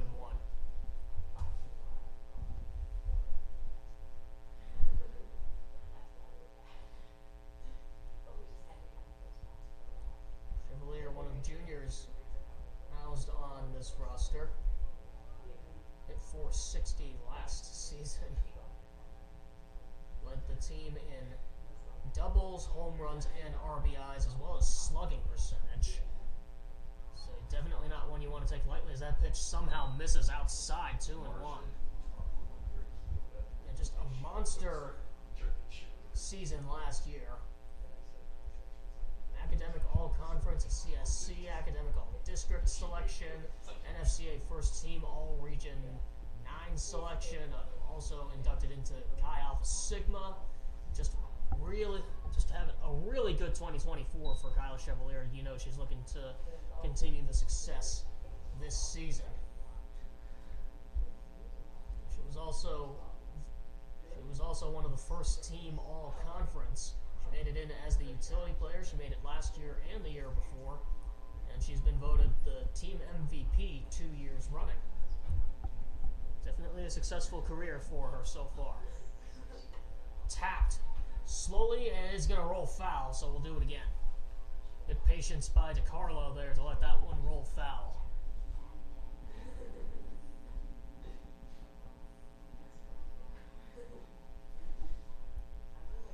Chevalier, sneaky speed as well. Stole 12 bases last year. She's got 4 so far this year as that pitch misses outside and the count runs full.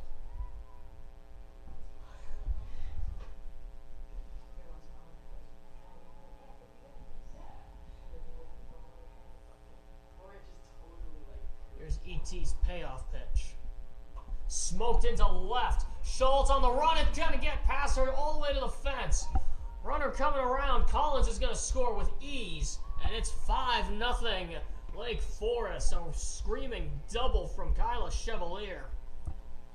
Number 5 is Cheyenne Pelletieri. No chance for Schultz to make a play on that one, as that'll bring up Cheyenne Pelletieri hitting out of DP spot. Tough way to start conference play. You go straight.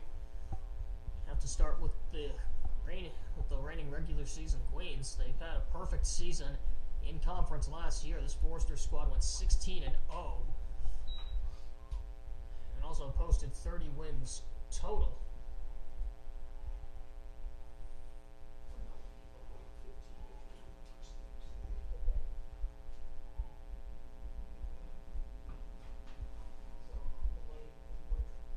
Joe Kinsella has had this team on just an incredibly consistent run. Made every conference tournament since 2000. That's 25, or it's 24 straight years. Even before Coach Kinsella came on, they were already dominant. But you know, they're itching to get back to the conference tournament and win. They haven't won it since 2019,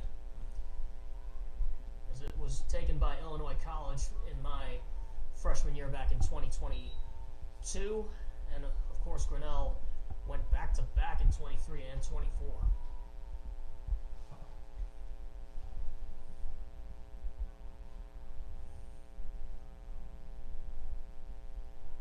Two and one. Change-up misses it down for ball 3.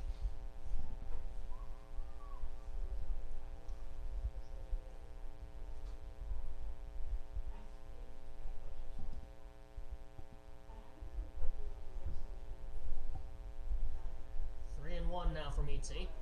Gets that one over the outer edge, and the count runs full. Definitely making this Grinnell team work for these outs. Exactly what you got to do. When you're in the batter's box, you got to make it a pain for the opposing pitchers. 3-2 is foul down the left field line, and we'll do it again.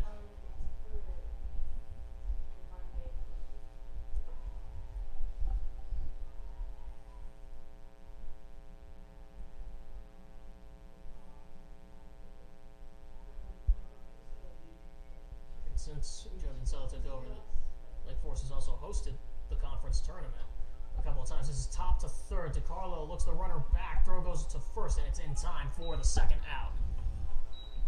And a nice job by DiCarlo to hold Chevalier at second. 27, Jolie DeVault. That'll bring up the left fielder, Jolie DeValk. Grounded out to the shortstop Dykstra to end the top half of the first frame. We'll see what you can do here.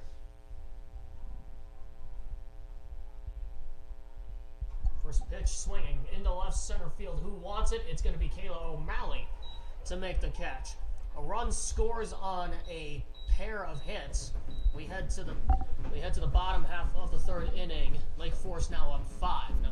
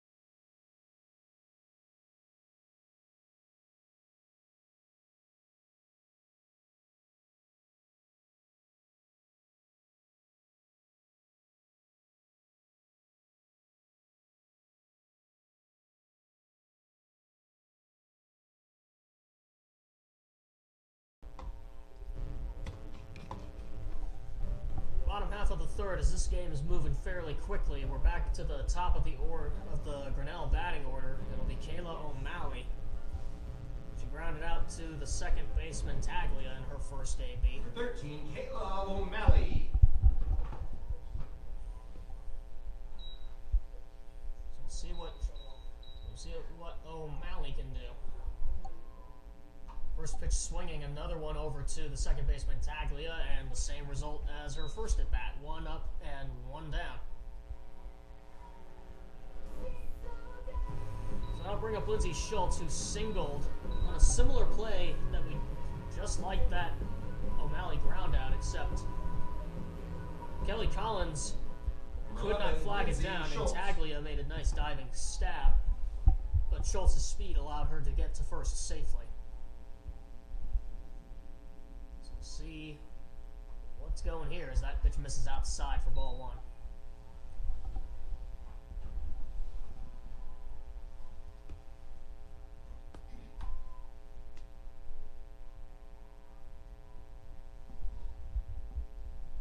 Swings and lines it to right, and it's over the glove of the right fielder Nian. Schultz headed to second. She's going to get the green light. The throw missed the cutoff. Throw goes to third, and it's in time. It gets away. Schultz is going to stay right at third. Good call there.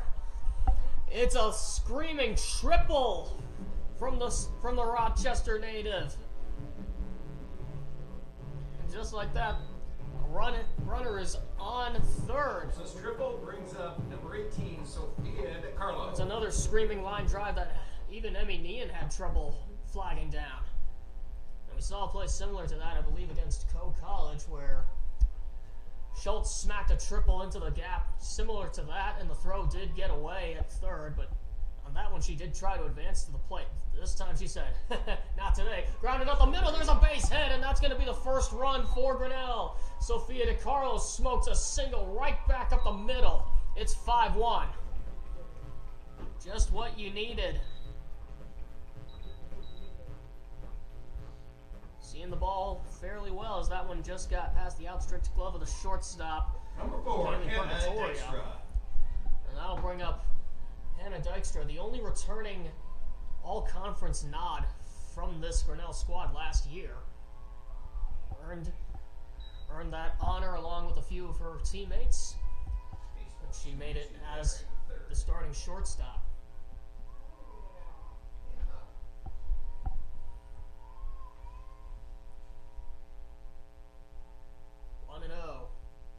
Smacked foul just a tad behind that one.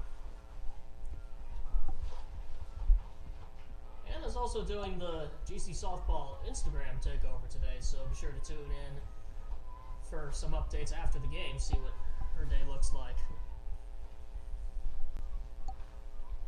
1-1. Change up. There goes DeCarlo. Throw down. It's in time. Again, a risky move by Sophia DeCarlo does not pay off as she is caught stealing for the second out.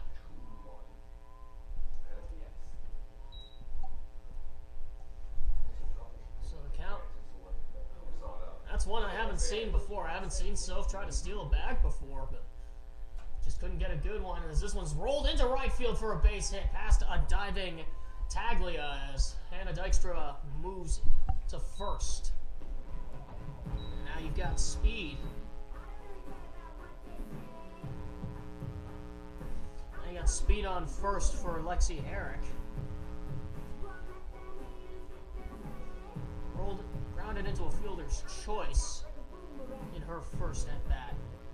21, Lexi Herrick.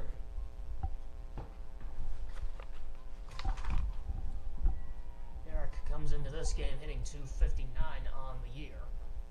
That pitch misses high and away. She's also already gunned down a base runner herself.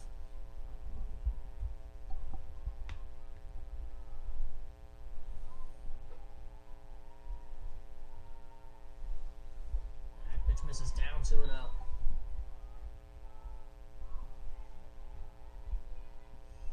Let's see, one of the several biochem majors that we have on this roster. Certainly no stranger to hard work. And a called strike at the knees, 2-1. I don't know, to my recollection, we only had 2 humanities majors on this roster last year. It was DJ DZM, DeJacomo Zaylor, and Kat Vermeulen. Us humanity majors are hard to find on this softball team. Topped over to short, and it's off the mitt of Purgatorio. Dykstra is going to stay at second. A lucky break that kicked off the heel of the mitt. So what should have ended the innings instead extends it.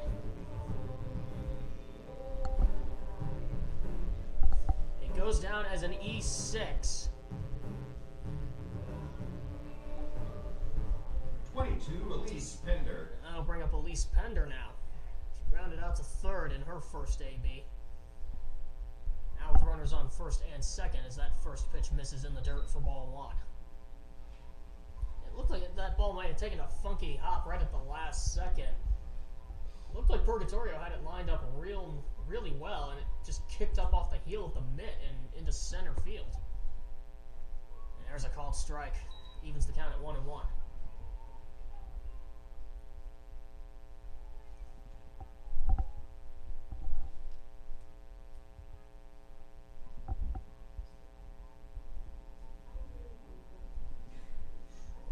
One strike. There's a fly ball out toward left, sinking fast, but it is caught out there by DeVock. So two runners are left stranded for Grinnell. But they do get a run on the board thanks to an RBI single from Sofia DiCarlo. We head to the top half of the fourth inning. Lake Forest up 5-1.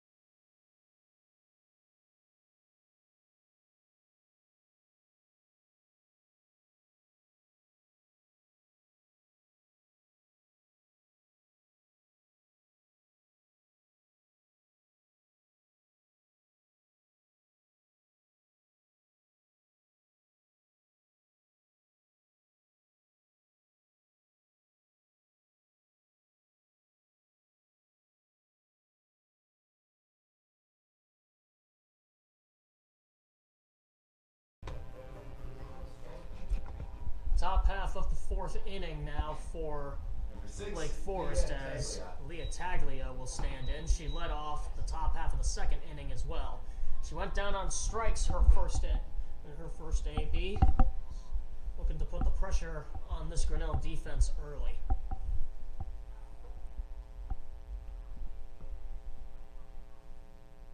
Swings at the first pitch, a diving stop by DiCarlo, but it is a foul ball. Probably for the best, as I don't think DiCarlo would have been able to throw her out even if she managed to get a clean handle.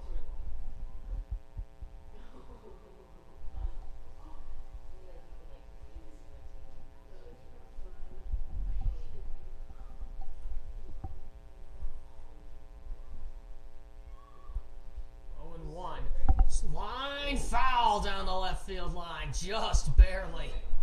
0-2.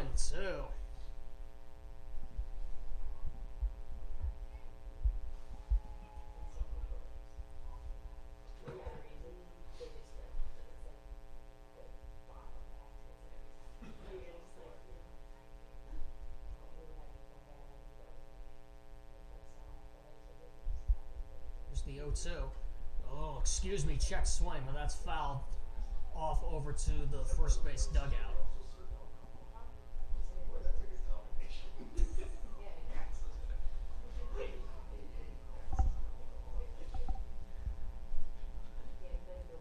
Count stays at 0-2 for ET. Deals and deals. Misses outside 1-2.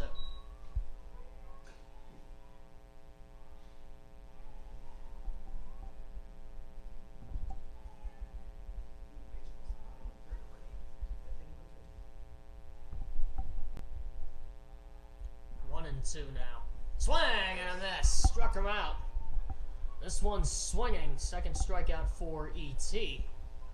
Number 9, Kaylee Purgatorio.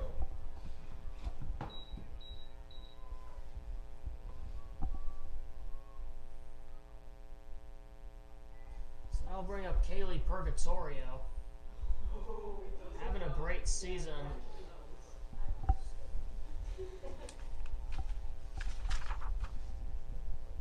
Solid season so far, hitting 256 is his line, but right at the The shortstop handed extra, 2 up and 2 down. Number 10, Kaya Mismash. That'll bring up the leading hitter in this Forrester lineup in Kaya Mismash. 25 hits coming into this game. Not a ton of RBI chances from the leadoff spot. 6 RBIs on the year, but a monster 17 stolen bases. Tries to show bunt, and that pitch misses down for ball 1.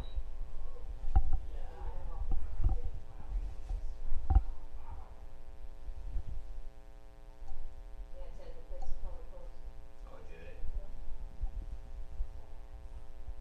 It's a pretty quick, Shows bunt, gets it down. That's a beauty. And it did hit her, so she is going to be out. So that's going to end the inning. It's going to be a 1-2-3 inning for ET as we head to the bottom half of the 4th. Lake Forest still up 5-1.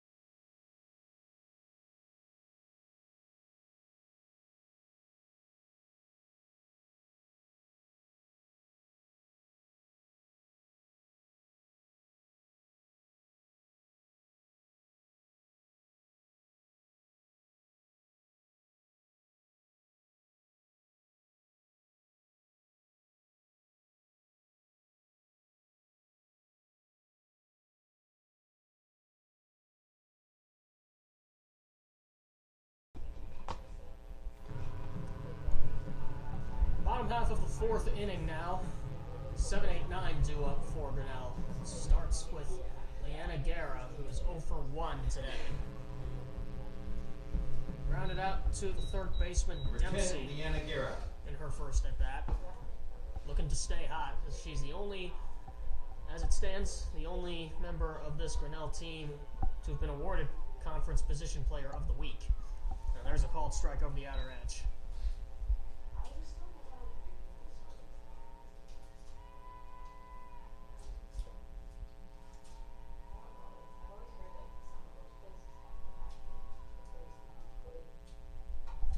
Smacked. Oh, what a diving stab by Cadence Dempsey. Throw from her behind makes the play 1 up and 1 down. Great play.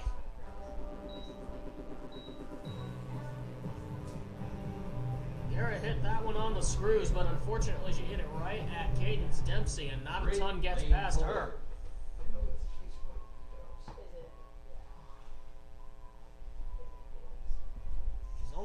Dempsey's only made 2 errors in the field this season. Certainly steady presence over at the hot corner as Lane Kohler stands in. Singled on a pitch that went, on a ball that went right back to the pitcher, track singer. It went off the heel of her glove, and ultimately she couldn't get a handle on it.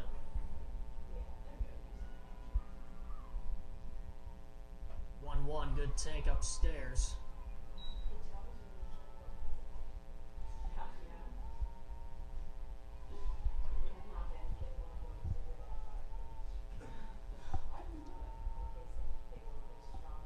There's the 2-1. This is grounded over to Dempsey. There she is again. Makes the play. 2 up, 2 down. Well, just like the bottom half of the second, Cadence Dempsey has made the first 2 outs of this 4th inning. So that'll bring up the Caledonia native, Caleb Bisterfeld. 12, Caleb Bisterfeld. Popped out to the second baseman in shallow right in her first at bat. Swings at the first pitch and fouls it off over near the dugout.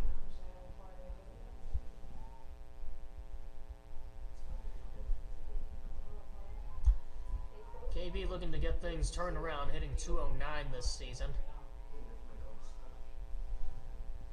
9 hits on the year as that pitch misses down, evens the count.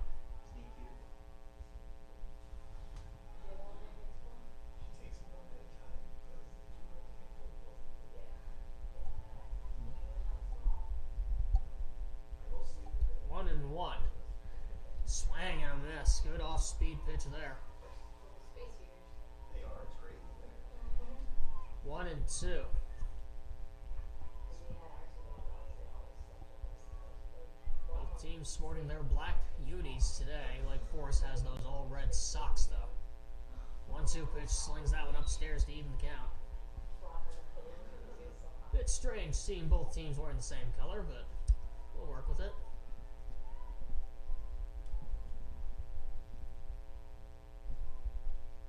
Two and 2. And a good take upstairs, and that'll run the count full.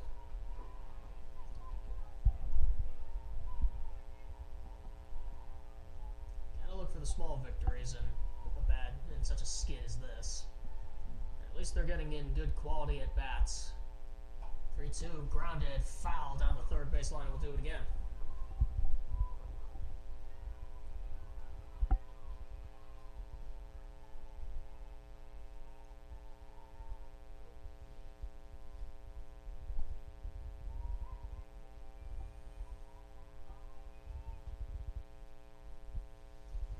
Another payoff pitch. And she loses KB and walks her. So a 2-out base runner for Grinnell, as that'll bring us back to the top of the order. And Kayla O'Malley. And this time I forgot to clear the ad. So a bit of an oopsie there. And it looks like that's going to be it for Morgan Tracksinger. Wow, a quick hook from Joe Kinsella.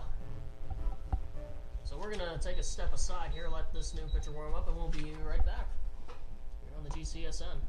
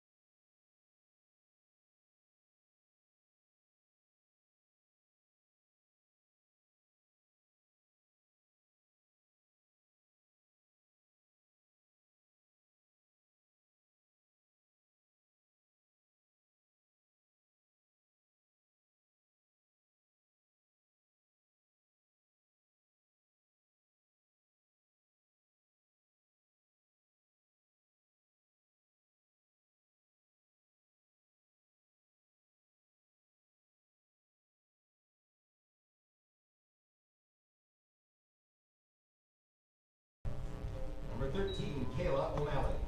So Hannah Tudor comes in to pitch now, as Morgan Tracsinger's day is done. Fairly quick hook from Coach Kinsella there. I didn't expect her to be taken out so soon. And the first pitch to Kayla O'Malley is over for a called strike. Tudor is one of the 2 pitchers on this roster who has not allowed an earned run this season in an extremely limited number of innings. This is top to first. Nice play by Collins. She'll step on the bag to end the inning, and time is called here. What do we have?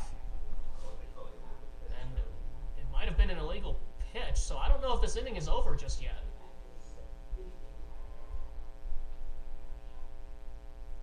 The Foresters began to vacate the field, and I think we do have an illegal pitch. I don't know what else it would have been.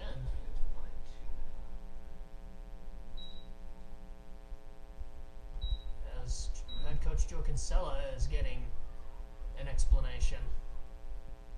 Wish we could hear what they were saying, because I would love an explanation myself.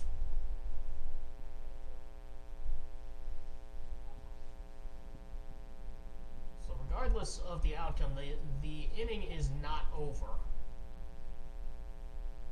I don't know, maybe Tudor wasn't coming to set?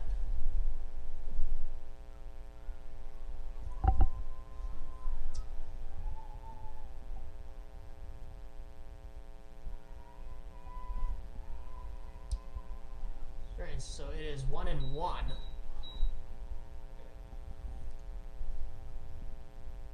O'Malley, as this pitch skips away. There goes KB to second. She's going to make it on the wild pitch.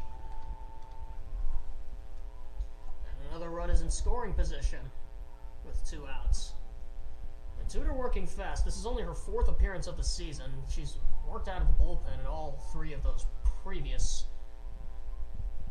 appearances. A late hack into the dugout. Ooh, look out. Oh, did that hit someone? I think we're good. I'm seeing smiles down there, so I'm assuming and hoping that all is good.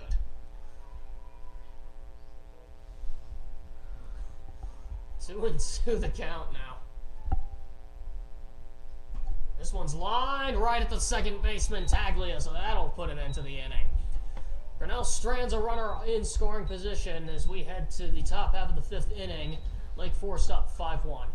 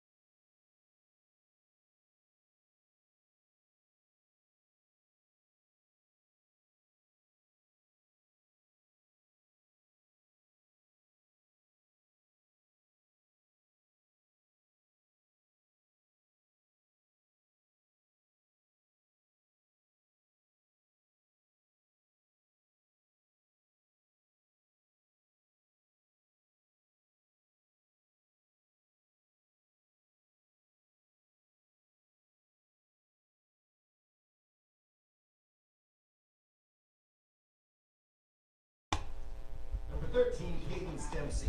Top half of the 5th inning now. 2-3-4 due up for the Forsters, and we start with Cadence Dempsey. 0 for 2 with a couple of groundouts, including a groundout into an inning-ending double play that came back in the 2nd inning. It was a 5-3 double play where DiCarlo just had to step on third and fire across the diamond. There's a called strike over the outer edge.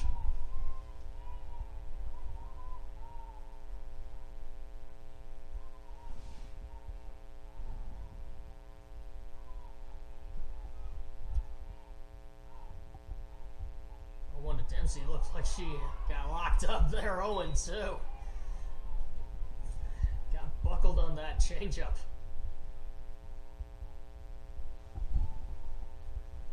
So you go fastball, changeup. See if ET wants to stick with that off-speed pitch here. 0-2. Goes to the fastball and has Dempsey late and fouls it off back behind the first base bleachers.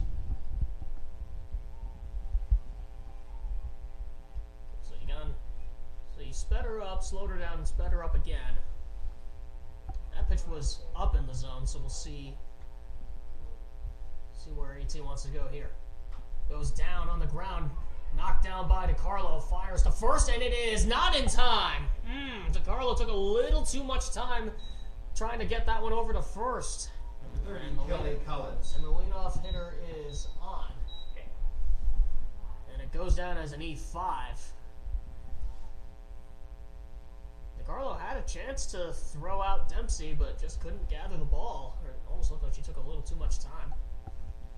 So now Kelly Collins will stand in. She's 1 for 1 with a single and a walk. Swings at the first pitch, shallow right center. It's going to drop in for a base hit. Nothing you could do about that as that was dropped into no man's land. And back-to-back base runners are on. Number 19, Emmy Nean. So that'll bring up the cleanup hitter, Emmy Nean, exactly who you do not want to face when you have runners on. Nean comes into this game hitting .426, a team leading 17 RBIs. I mean, that's why you're hitting that in the cleanup spot. She certainly has a chance to tack on some insurance here.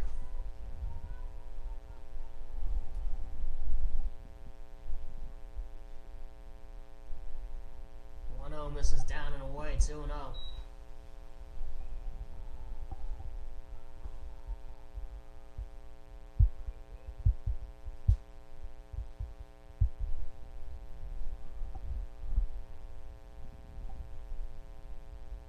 leads 2-0. Rolled over to first. Pender will step on the bag for the force out. But the runners move up 60 feet each. Runners are now on second and third with only one out.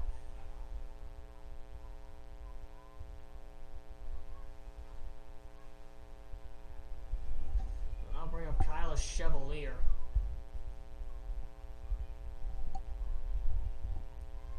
Looking to drive in both of these runs here. This is top to short. Tricky hop. Deep in the hole. The throw is in time for the second out.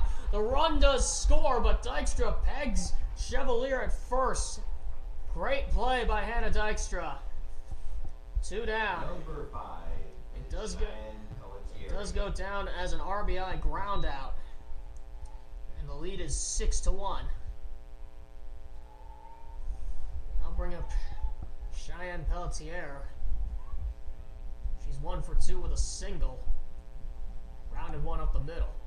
Taps his first pitch past a diving DeCarlo. She did get a glove on it, and Dykstra fires her out. So 1 run does score. You can mark that in your books as 5 to 6 to 3. As we head to the bottom half of the 5th, Lake Forest does get a run on the board. It's 6-1 here in Grinnell.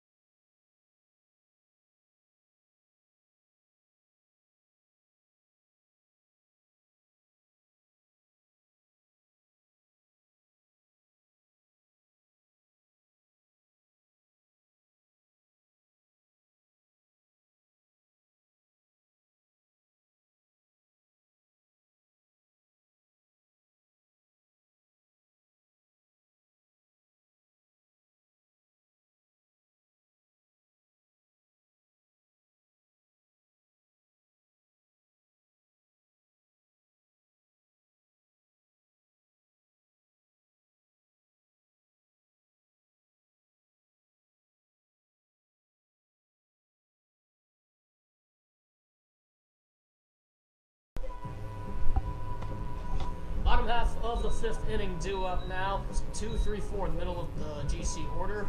We start with Lindsay Schultz, who is 2 for 2. A single and a triple. She would score Lindsay Schultz. on that triple she hit back in the 3rd inning. She has scored the only run on the board for Grinnell in this game. And a late swing under the mitt of the 3rd baseman Dempsey for a base hit. Well, you needed speed and you got it right there. I don't even know if Dempsey even got a mitt on it. So a leadoff base knock the other way. Great team, Sophia So I'll DeCarlo. bring up Sophia DeCarlo, who singled in her first AB. She drove in Schultz as the first pitch misses for ball 1. I look at those small moments. That was a tough pitch to hit, and Schultz took it the other way, perfectly placed it right down the line. So you got to be happy about that. That pitch skips in 2-0.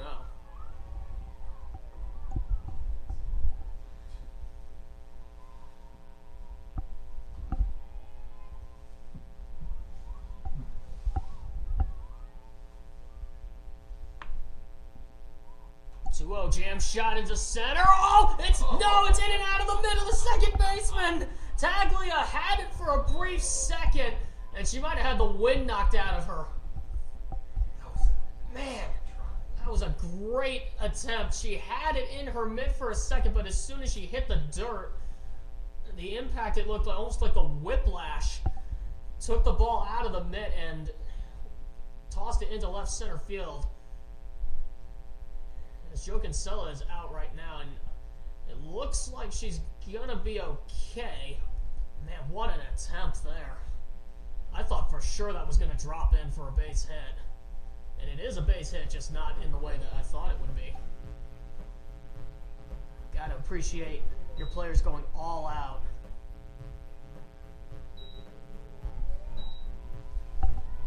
So runners are on first and second as Taglia looks like she's okay. Hannah Dykstra. Back-to-back base knocks for Hannah Dykstra. And we'll see if she can get the job done here. 1 for 1. She singled in her last at bat. Walked in her first. There's a called strike over the outer edge.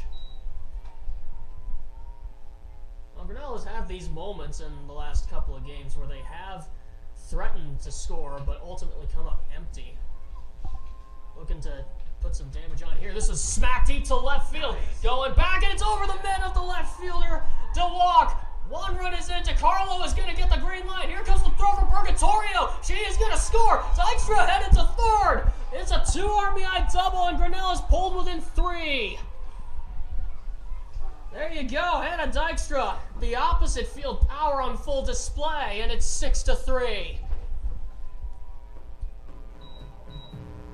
That'll go down as an RBI double. Man, you know, that had to feel good. They've been looking for that offensive spark all day, and they finally got something going here.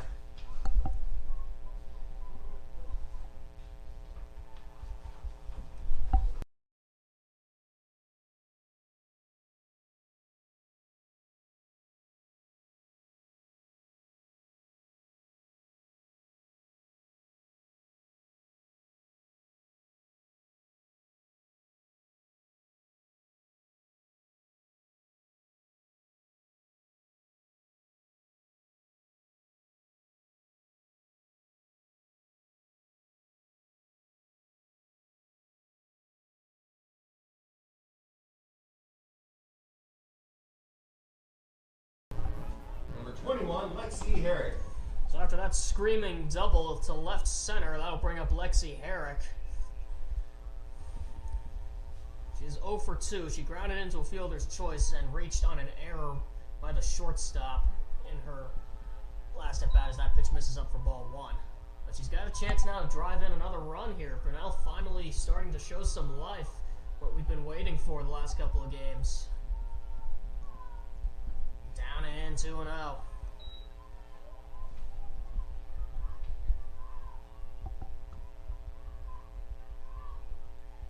We'll see how much that turns the tide for this Grinnell squad, who's been in dire need of any sort of offense, especially the last couple of games. There's a called strike.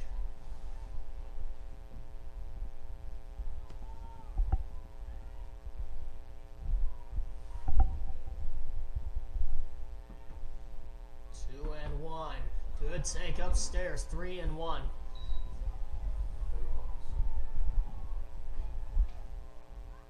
Good discipline there from the freshman. We'll see what she does here on 3-1. Tudor wheels and deals. A light swing foul straight back to the screen, and the count moves to full.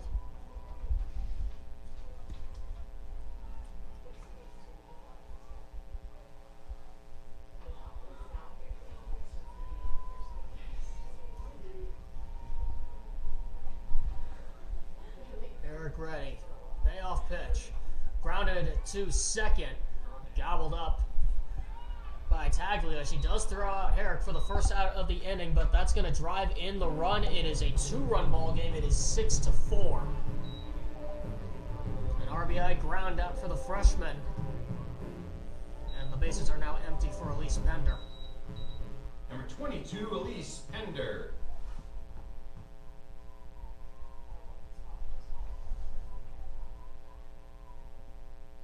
First pitch to Pender misses down for ball 1.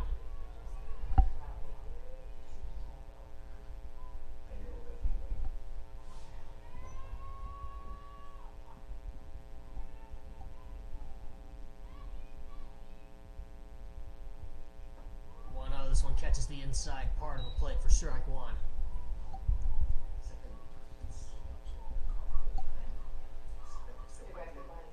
Yeah, it must be.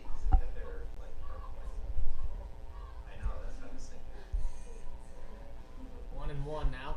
Change up, little nub shot back to Tudor. She fires to first for the second out.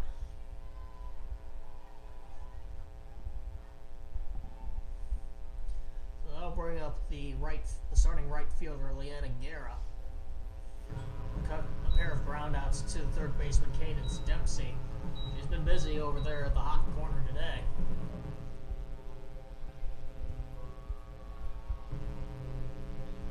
As I mentioned, Number 10, Leanna Guerra. As I mentioned, Cadence Dempsey's only made 2 errors this season. Definitely what you want on one of the toughest positions on the diamond is that pitch misses upstairs for ball 1.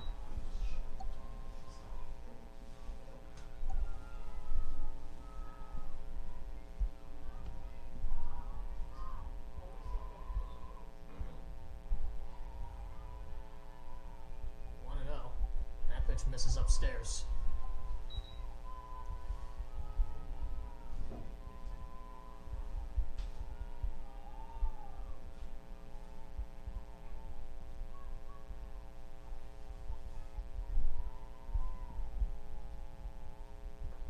There's a called strike right down the middle.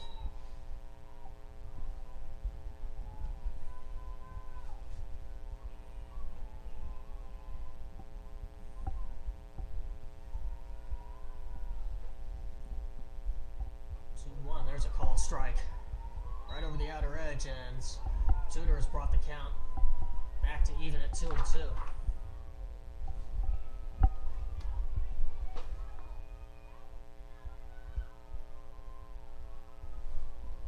2-2 now. Change up, tapped, but foul down the third base line. We'll do it again.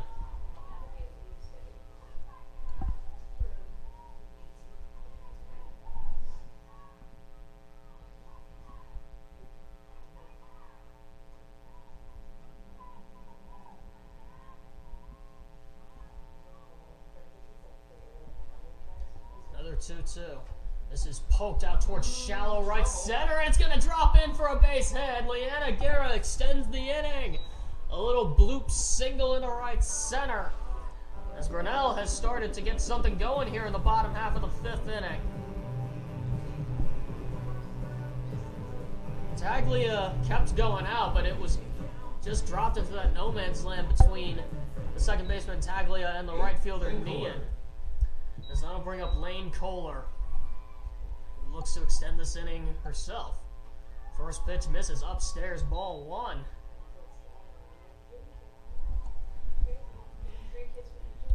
Kohler, the other native Texan on this team out of Frisco. Guerra comes from the Colony. And that one misses upstairs, 2-0. Well, Grinnell hasn't had a long inning like this in a hot minute. Certainly feels good to be dishing out a longer inning at the dish instead of being on the opposite end. 2-0, there's a strike at the knees.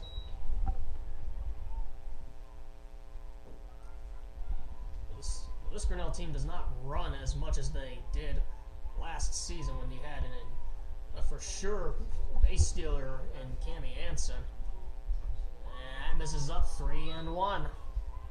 Not that I would necessarily expect a natural catcher to try to steal a bag, but we did see Sofia DiCarlo try to swipe one earlier. Anything can happen in this game. 3-1. Upstairs, ball 4. She lost Kohler. 2 Texans occupy the bases on first and second with 2 outs now. And that'll bring up Kayla Bisterfeld. And time is called here as Joe Kinsella is going to talk to the home plate umpire. Anna Tudor's day might be over here. And that is going to do it. So Hannah Tudor is going to come out of this game. We're going to take a short break here. Don't go too far, folks. This is GC Softball on the GCSN.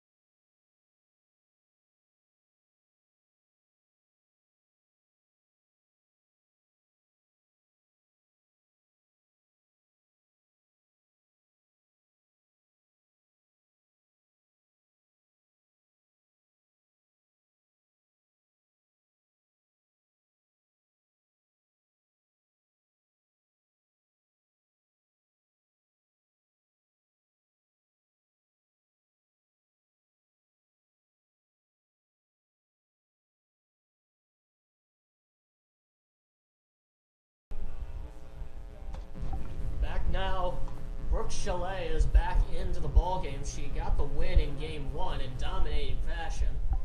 And now, Joe Kinsella asks Chalet to lock down the rest of this game. As this pitch skips away, whoa, runners nearly got halfway to each base, but they wisely hold. Ball 1. That's what I've been. Woo! I've been like, oh, those. And it's always been two. Was it not over in the last second? So. Chalet pitched all 5 innings in game 1 as he has asked for a little more. There's a snap throw back to first, not in time. And that evens the count at 1-1. He's not suspecting a second one. I didn't say you should wait. I was waiting. And I looked at her and she was also. So Tudor goes 1 inning, gives up 4 hits and 3 runs. Only walked 1 as that pitch missed for ball 2. Traxinger went 3 2/3. Gave up only 1 run, walked 2, gave up 5 hits in the process. 2-1 misses down, 3 balls and a strike. A long inning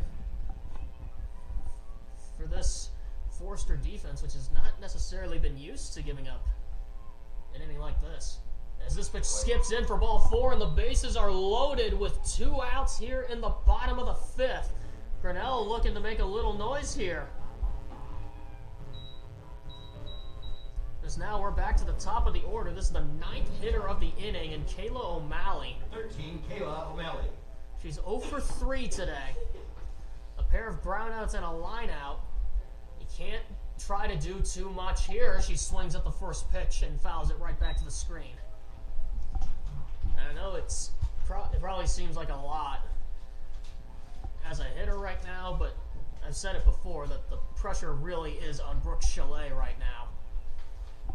She's under pressure just to get out of this inning, which is a lot more stressful as that pitch misses down for ball 1. And yeah, you just got to keep this AB alive as long as you can. Continue applying pressure on that pitcher. 1-1, a called strike over the outer edge, 1-2.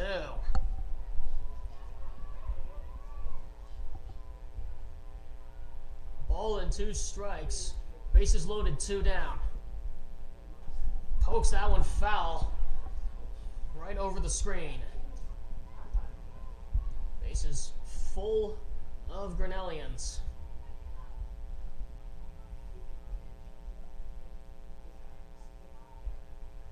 1-2 again. Popped up shallow left. It is caught by Purgatorio. What a catch to end the inning. Grinnell leaves the bases loaded, but they do score 3. We have ourselves a tight ball game here. It is 6-4. We head to the top of the 6th from Grinnell, Iowa.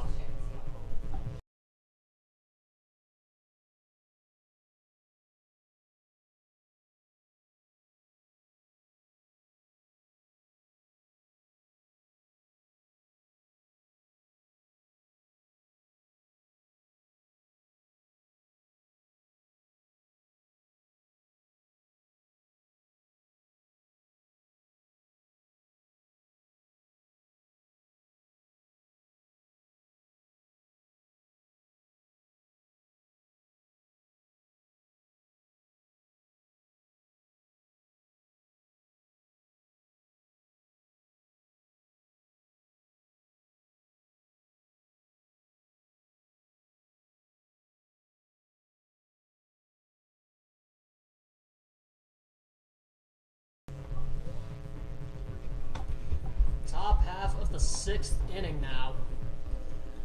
Lake Forest holding on to a narrow 6-4 lead. It seems like this game we've seen a completely different tier of softball from this Grinnell squad. A team that's been in a bad slump. I don't know what Coach Detterman said to them between games, but whatever she said, it's clearly working. As they've just had a lot more fight in them today. First pitch swinging, it's popped up over near the dugout. It is going to land on top of the third base dugout. That's strike 1.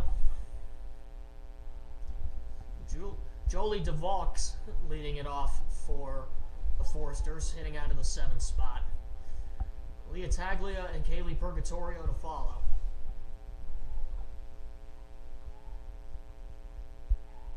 And who knows, maybe, I think regardless of the outcome of this game, Grinnell has put up one of the best games they've had. What a pick by Dykstra! Fires to first!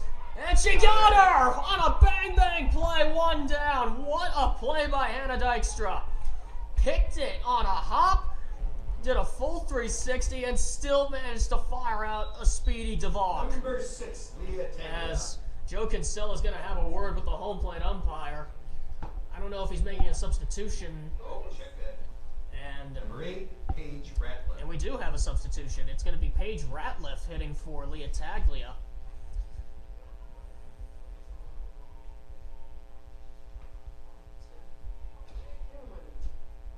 Despite, I think we're seeing some of the Joe Kinsella patented gamesmanship here, trying to throw off the timing, trying to throw off the rhythm of Emma Trainee. He's made a killing off of this over his 19 years. I'm not exactly sure when he started to develop this strategy, but it has worked wonders for him. As that pitch misses up for ball 1.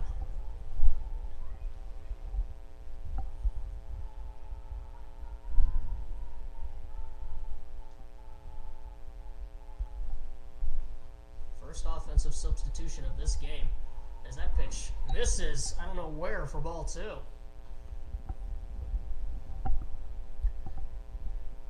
Yeah, Ratliff only came into today hitting 185. She was 5 for 27. Definitely looking to shake things up here. 3-0 as that pitch misses outside.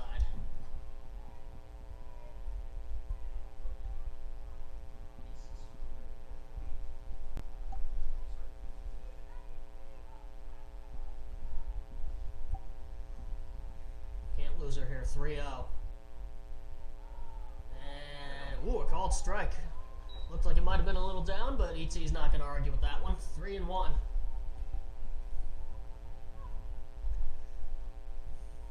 It's turned into a pretty nice day out here in Grinnell. Sunshine and the wind still blowing.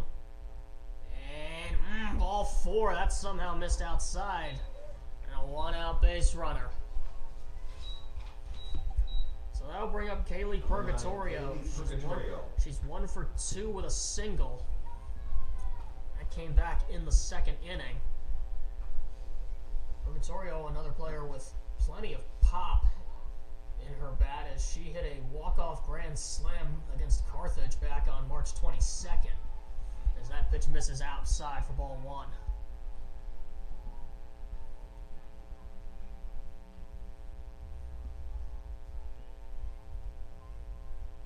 It's one thing that Coach Kinsella has done especially well, is just layer his batting order. This ball smoked left field. That's got some carry to it. Schultz is back at the fence, and it is gone. Kaylee Purgatorio, what did I just say? A 2-run blast. And it's 8-4.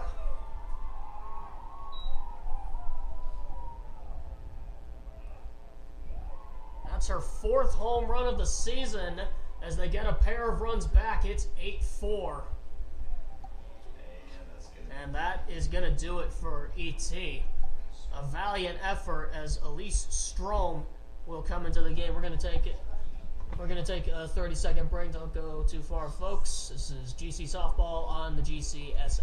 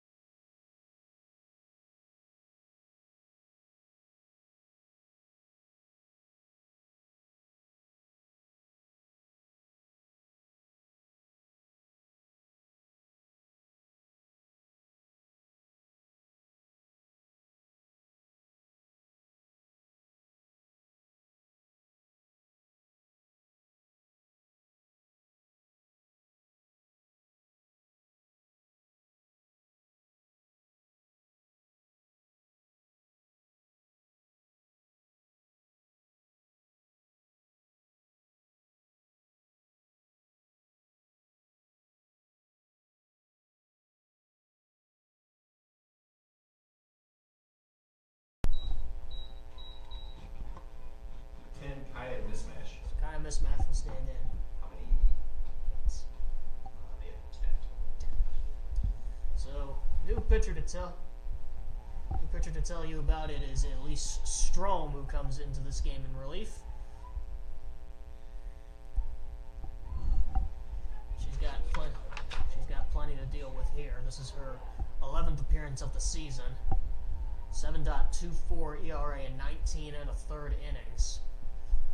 Just looking to keep this Forster lineup at bay. So now a 4-run lead. So the pitchers can breathe a little easier for Lake Forest. Tapped out towards short. Deicher's got to get rid of this quickly. She fires and not in time. Kaya mismatches crazy fast as she legs out an infield single. Number 13, Cadence Dempsey. Really found that edge in the last year and a half.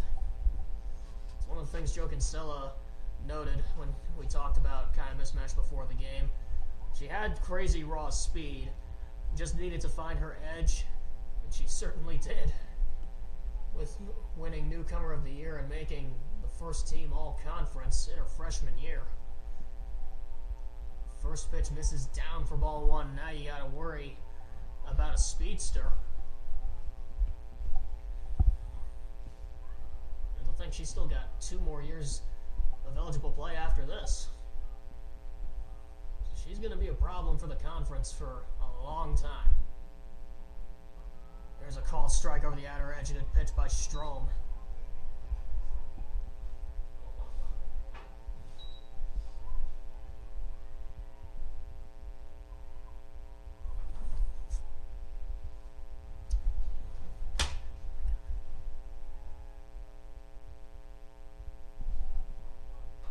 Runner goes. This pitch is popped up on the infield. Who wants it? It is KB, Caleb Bisterfeld, to make the catch for the second out. Number 30, Kelly Collins.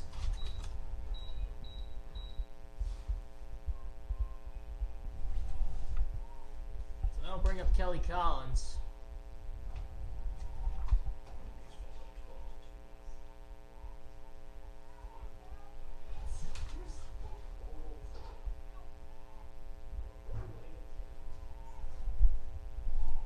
So now there are 2 down.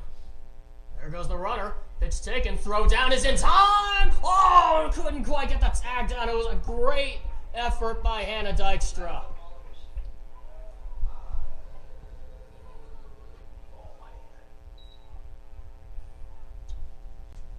Yeah, great attempt. It was a good throw, too. Dykstra had to reach back to try to make that tag and just couldn't get it. Another stolen base, making 18 on the year for Kaya Mismatch as she continues to do whatever she pleases on the base paths. Drops a changeup, beauty of a pitch in there for strike 1.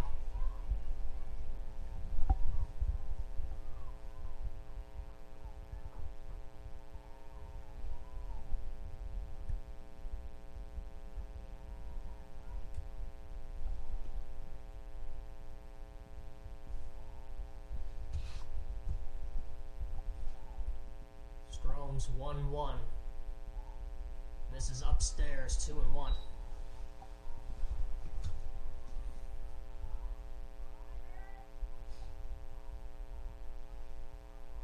Strom coming to us out of Geneva, Illinois.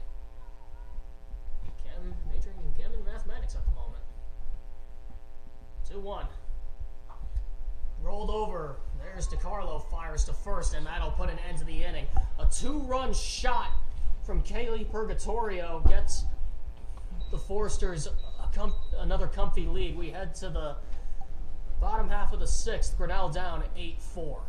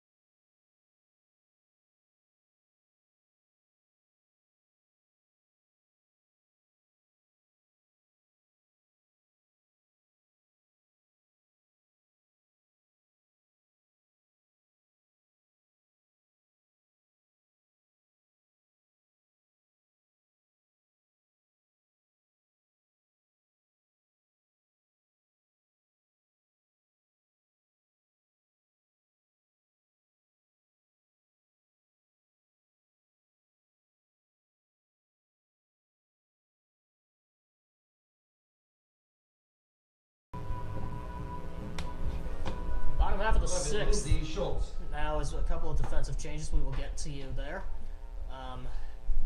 2-3-4, middle of the order for Grinnell. Lindsay Schultz leads off this inning just as she did the last inning. She got a single past Cadence Dempsey, which started a 3-run inning. Got Grinnell back into the game. That pitch misses upstairs 2-0. We can't see the number, but we believe that it's Paige Ratliff now doing the catching as Kyla Chevalier moves over to first. Pitch is smacked out toward left, but right, and it dropped! Oh, wow! What a break! Jolie DeWalk had it in her line of sight, and she dropped it. She gifts Grinnell a base runner.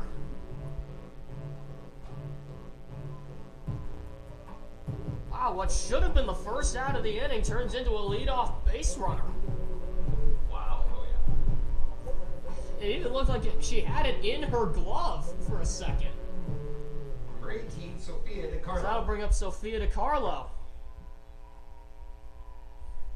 And we'll see if Grinnell can take advantage of this. This is popped up shallow right center. Coming in is Nian to make the catch for the first out.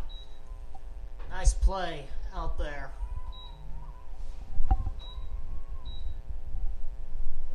Man, you can't let a free base runner like this go to waste. They need to do something here. As it's Hannah Dykstra. Hannah Dykstra.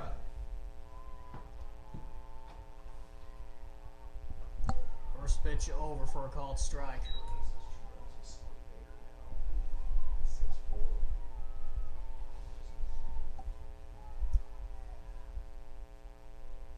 Dykstra drove in a pair in her last at bat, scorched a double the other way as she takes a called strike. She's reached base all 3 times in this ball game. A walk, a single, and a double, and then advanced to third on that double. Quick 0-2. Skips in the dirt, and a good block by the catcher, Ratliff, for ball 1.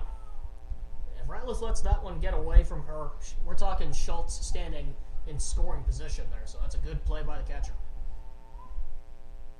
1-2, swing and a miss. Dykstra down, swinging for the second out, and that's a big one.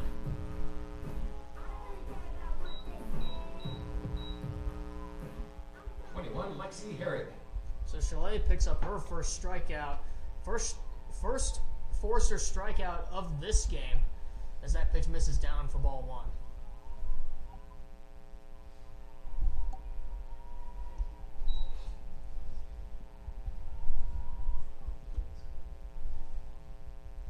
This is smacked out toward left.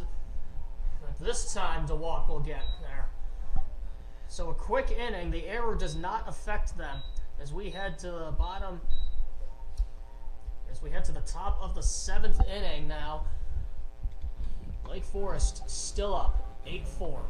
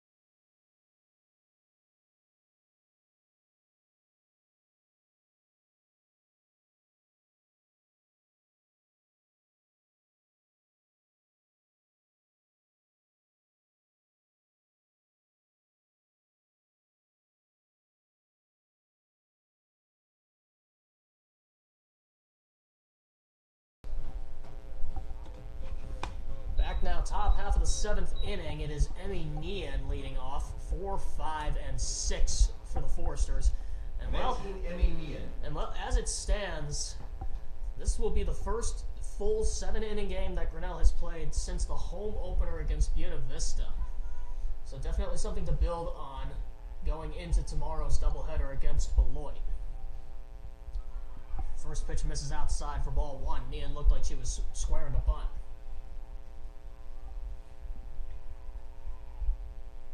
This is one of the things that Coach Dalton was telling me about their experience down in Florida, that yeah, it was a deceiving record, but they kept most of those games close against really good teams. And they're looking, and this is kind of the same thing here. You held in, sure, you got blown out in the first game, but at the moment, you're holding it close with the projected champion of the conference. So it's definitely something. Definitely something to build on. Strome's 2-0. This is outside 3-0. Can't be afraid to attack the zone. Although against someone like Emmy Nian, I don't necessarily blame him. Nian 1 for 3 so far today. A single, reached on a fielder's choice, and a ground out to first. Squares to bunt, and Strome loses her on a 4-pitch walk. The leadoff hitter is on. 66, Kyla Chevrolet. I'll bring up Kyla Chevalier, who has switched from catching duties over to first base. A double and a triple so far today, in what has been yet another monster outburst from her. A pair of RBIs to boot. First pitch misses down for ball one. That's 5 straight.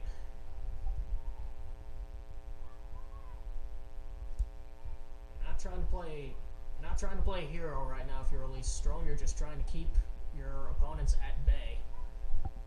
Just trying to put your team in a position to win. 1-0. There goes Nian. Pitch taken. Eric's throw down is high and not in time. Nian swipes second. So that's big. A runner is now in scoring position with nobody out.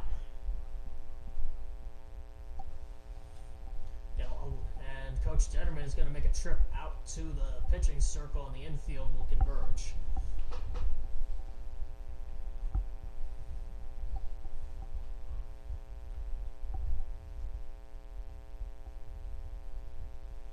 Yeah, definitely a lack of offensive output from this Grinnell squad. The pitching has usually lost it right around the 5th inning, just the wheels started to fall off.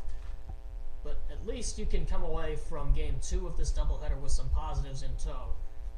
They nearly batted around in an inning. The pitching has pretty much stayed with it, although that could very easily change here in half an inning. Joe Kinsella's teams have a tendency to strike while the iron's hot.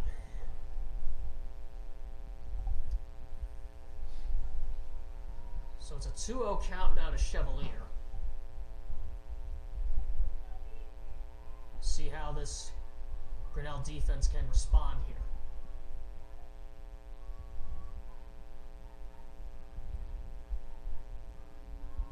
Two and 0. And that missed off the plate. 3-0. That's 7 straight for Stromer. She's got to find the zone here. Can't be putting runners on, especially this late in the ball game.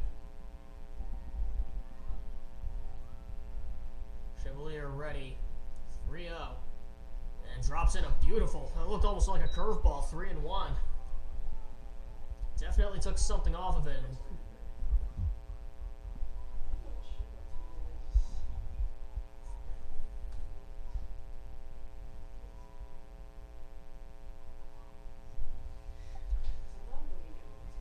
Three and 1 now from Strome. Grounded over to third and under through the legs of Sophia DiCarlo. The runner will hold at third. Runners are now on the corners here. And it's going to be scored as another error on DiCarlo. It's her second of the game. And that one a costly one.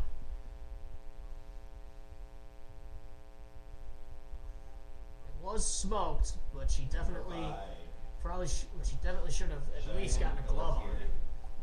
I'll bring up Cheyenne Pelletier now with a golden opportunity to possibly blow this game wide open. Runners are now on the corners with nobody out.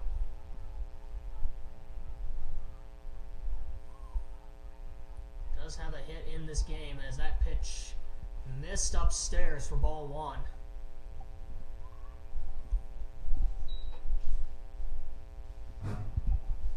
That one hit was an RBI single in the first inning.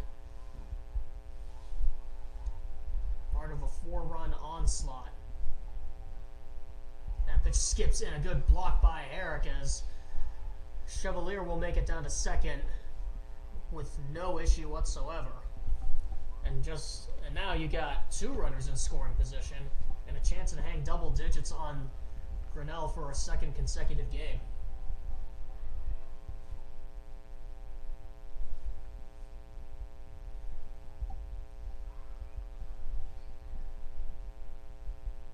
Strome's 2-0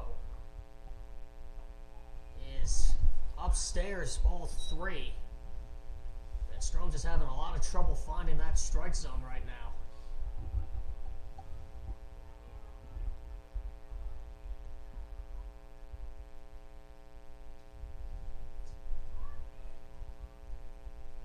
Strome 13 pitches in this inning. Only 3 of them have found the strike zone.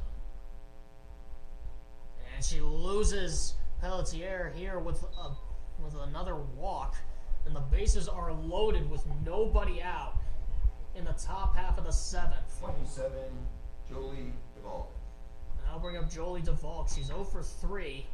A couple of groundouts and a flyout. And now you really got to bear down. And this is the ultimate escape right here if you're a pitcher.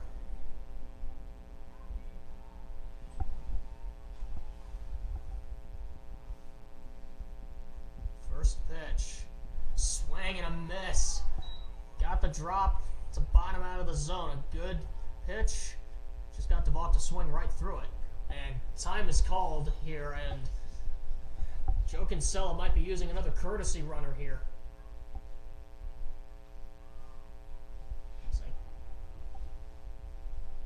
Unless he's going to try to pull a pinch hitter in right now in the middle of an at-bat. And no, we do have, it will be a courtesy runner. And it looks like it is going to be number 7, Natalie Booth. It's a courtesy run for Cheyenne Pelletier over at first. Number 7, Natalie Booth, and courtesy run. Another Joe Kinsella move right there to try to shake the freshman. 0-1 the count. A changeup tapped past third. Dykstra over to first. She does get the out. It's a badly needed first out of the inning, but a run is in on the RBI ground out. It's 9-4. So DeVault does get the job done with an RBI ground out, but now runners are still at second and third. You still have a chance to tack on a few more here.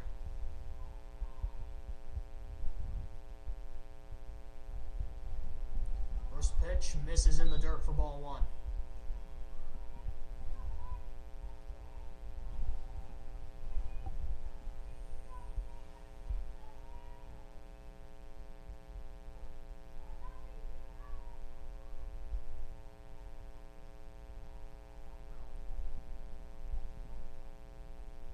Swing and a miss. Had her way out in front of that one.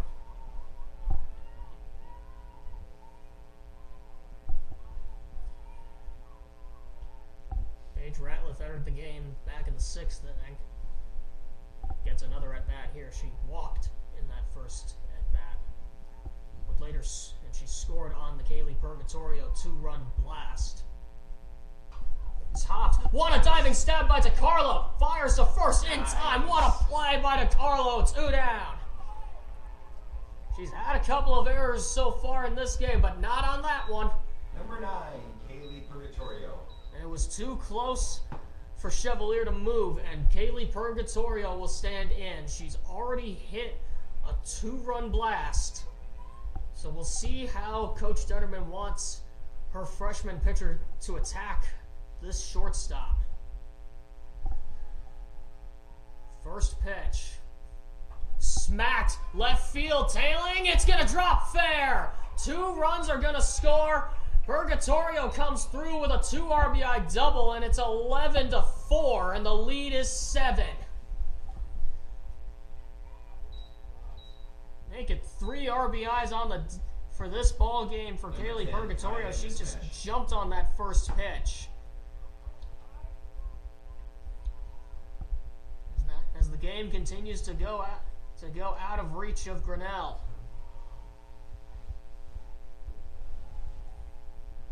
And now we're back to the top of a very deadly order in Kaya mismatch, and you can see the corners have moved in, anticipating another bunt.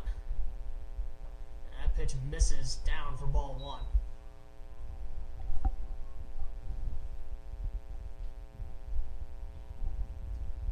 Ultimately, it doesn't matter if Grinnell gets run rule here. We will have played all 7 innings.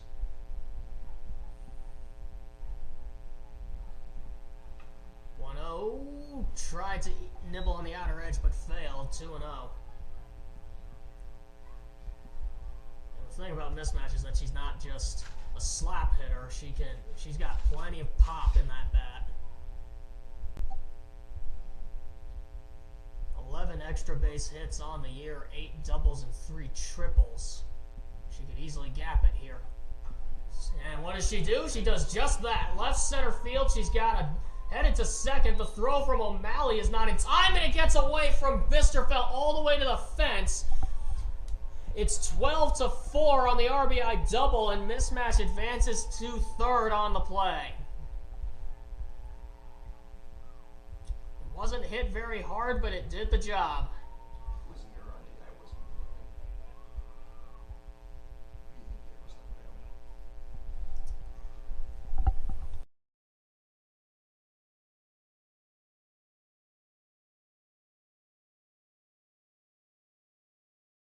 something? Thank you. So it's a double and an E7 on the play. As, woo, that hit the railing on top of the booth. You could probably hear that echo. Cadence Dempsey stands in. It's an 8-run lead. So even though the run rule is in effect, we're already in the 7th inning. We're already in the final inning of play.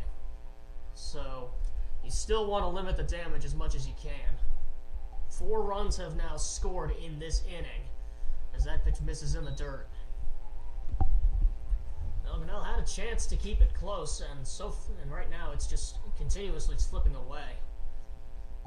Already the 8th batter of the inning, as Lake Forest is set to bat around. 1-1.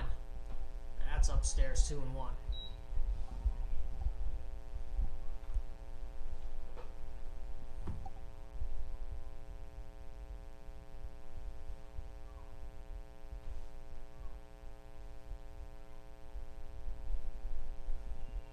Balls and a strike now to Cadence Dempsey. And a changeup misses in the dirt for ball 3. Eric did a good job of locating that, not allowing mismatch to break for the plate just yet. Hitters count now 3-1.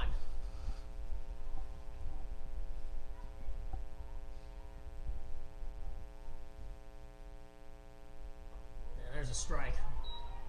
Right over the middle third of the plate. Count runs full.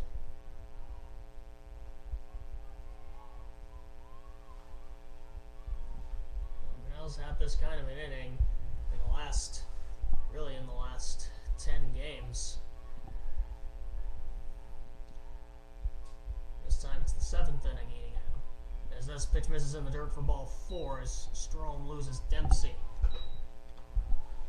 30, Kelly Collins. As I'll bring up Kelly Collins. She is the 9th hitter to bat in this inning.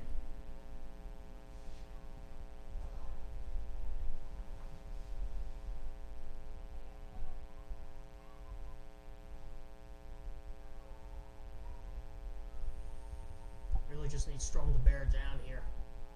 First pitch swinging, and that's slicing foul down the right field line.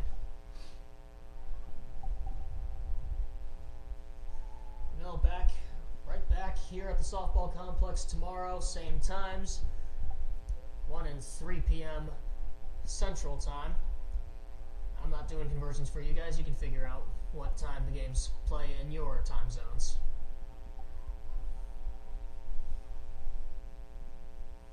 Right back here against the Beloit Buccaneers tomorrow. 0-1 skips in, evens the count.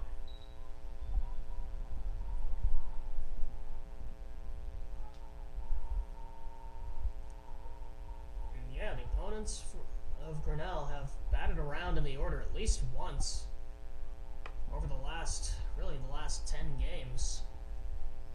Not exactly what you want for your pitching staff. This is rolled over to short.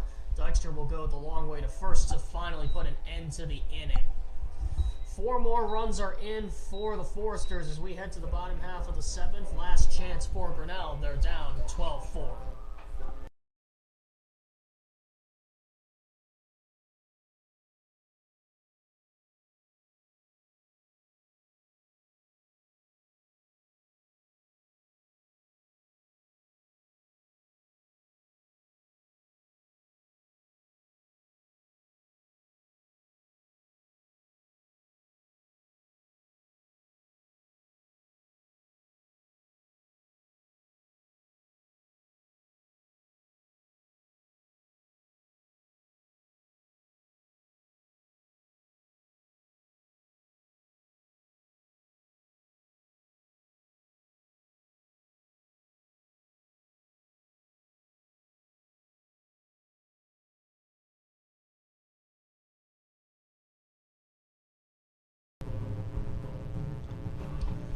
Now bottom 7 for Grinnell as this is their last chance to take down the reigning regular season champs of the conference. 22, Elise Pender.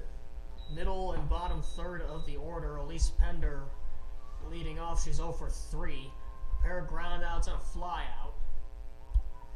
Definitely looking to make something happen here, even if you just get 1 run on the board, as that pitch misses upstairs for ball 1.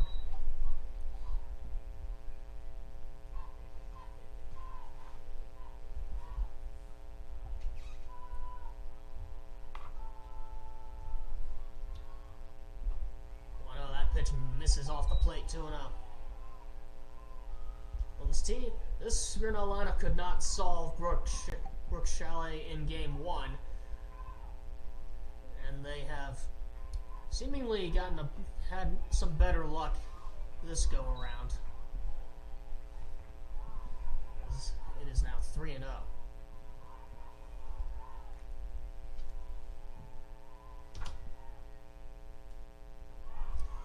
And a 4-pitch walk to lead off the bottom of the 7th. Good start for Grinnell. That'll bring up Leanna Guerra.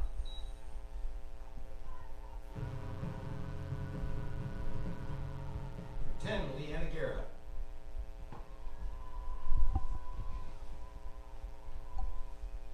First pitch is low for ball 1.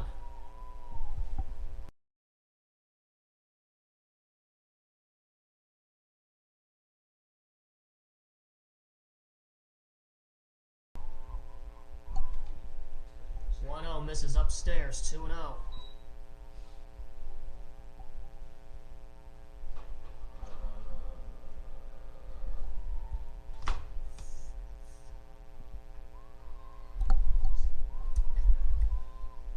And a little curveball in there for strike 1.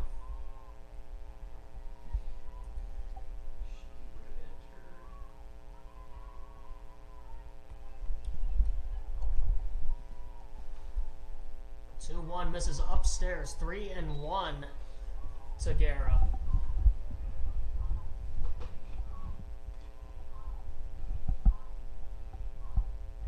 Grinnell dugout staying rowdy down there. Love to see the energy keeping up. 3-1 misses inside for ball 4 and it skips away. So back-to-back walks for Brooke Chalet. So I'll bring up Lane Kohler.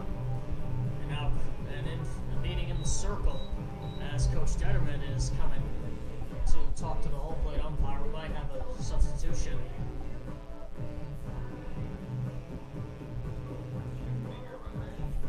maybe not. We'll see what happens here.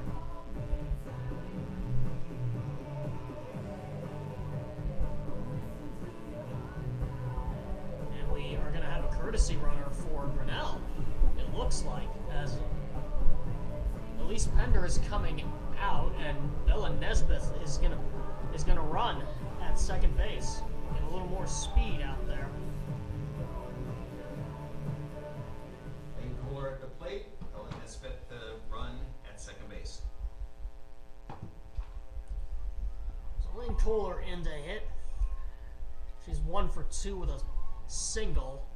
She also reached via the walk as that pitch misses for ball 1. Don't have to do anything fancy. You just got to keep that line moving, get to the next hitter in the order. Upstairs, 2-0.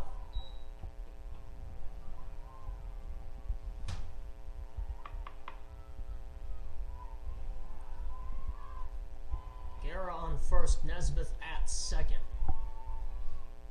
2-0 is low, ball 3. Chalet seems to be having some trouble finding the strike zone here in the bottom of the 7th. As there's a called strike over the outer edge.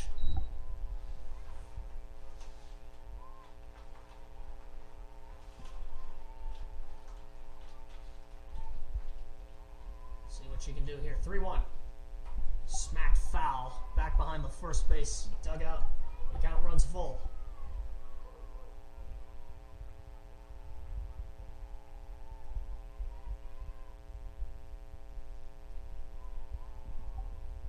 Payoff pitch. Smacked, but right to the shortstop. Purgatorio throw back to first is going to be in time.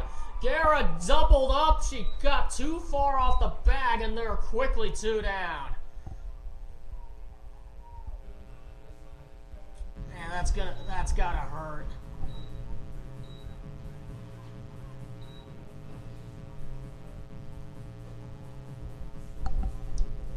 As now very suddenly, Grinnell is down to their final out of the ball game in Caleb Bisterfeld, as that pitch misses down for ball 1.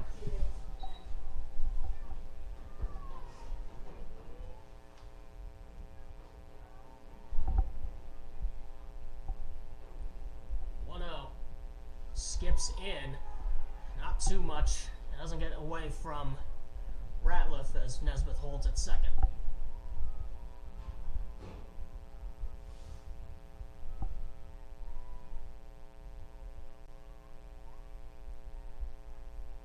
Here's the 2-0. Fly towards center, backing up, twisting and turning, is mismatched to make the catch, and that is the ball game. Grinnell drops this doubleheader 12-4 the final in Game 2. A better fight in Game 2, though, so you definitely have some momentum that you can possibly build off headed into Sunday's doubleheaders, but they stayed, despite the blowout in Game 1, they stayed with Lake Forest for most of the way in Game 2. Pitching did their job. Offense had a good inning, nearly batted around. They did bring 9 hitters to the plate back in the 5th inning. So definitely some bright spots in this game despite adding another loss to the column. Grinnell now, or Lake Forest breaks even now. They are 10-10 on the year, 2-0 in conference. Grinnell moves to 3-19, 0-2 in conference. The losing skid is now at a ridiculous 14 games. So we'll see what adjustments are made for tomorrow's doubleheader against Beloit. Be sure to join us right back here on this broadcast. From those of us here in Grinnell, Iowa, from all of us here at the GCSN, we wish you a pleasant adieu.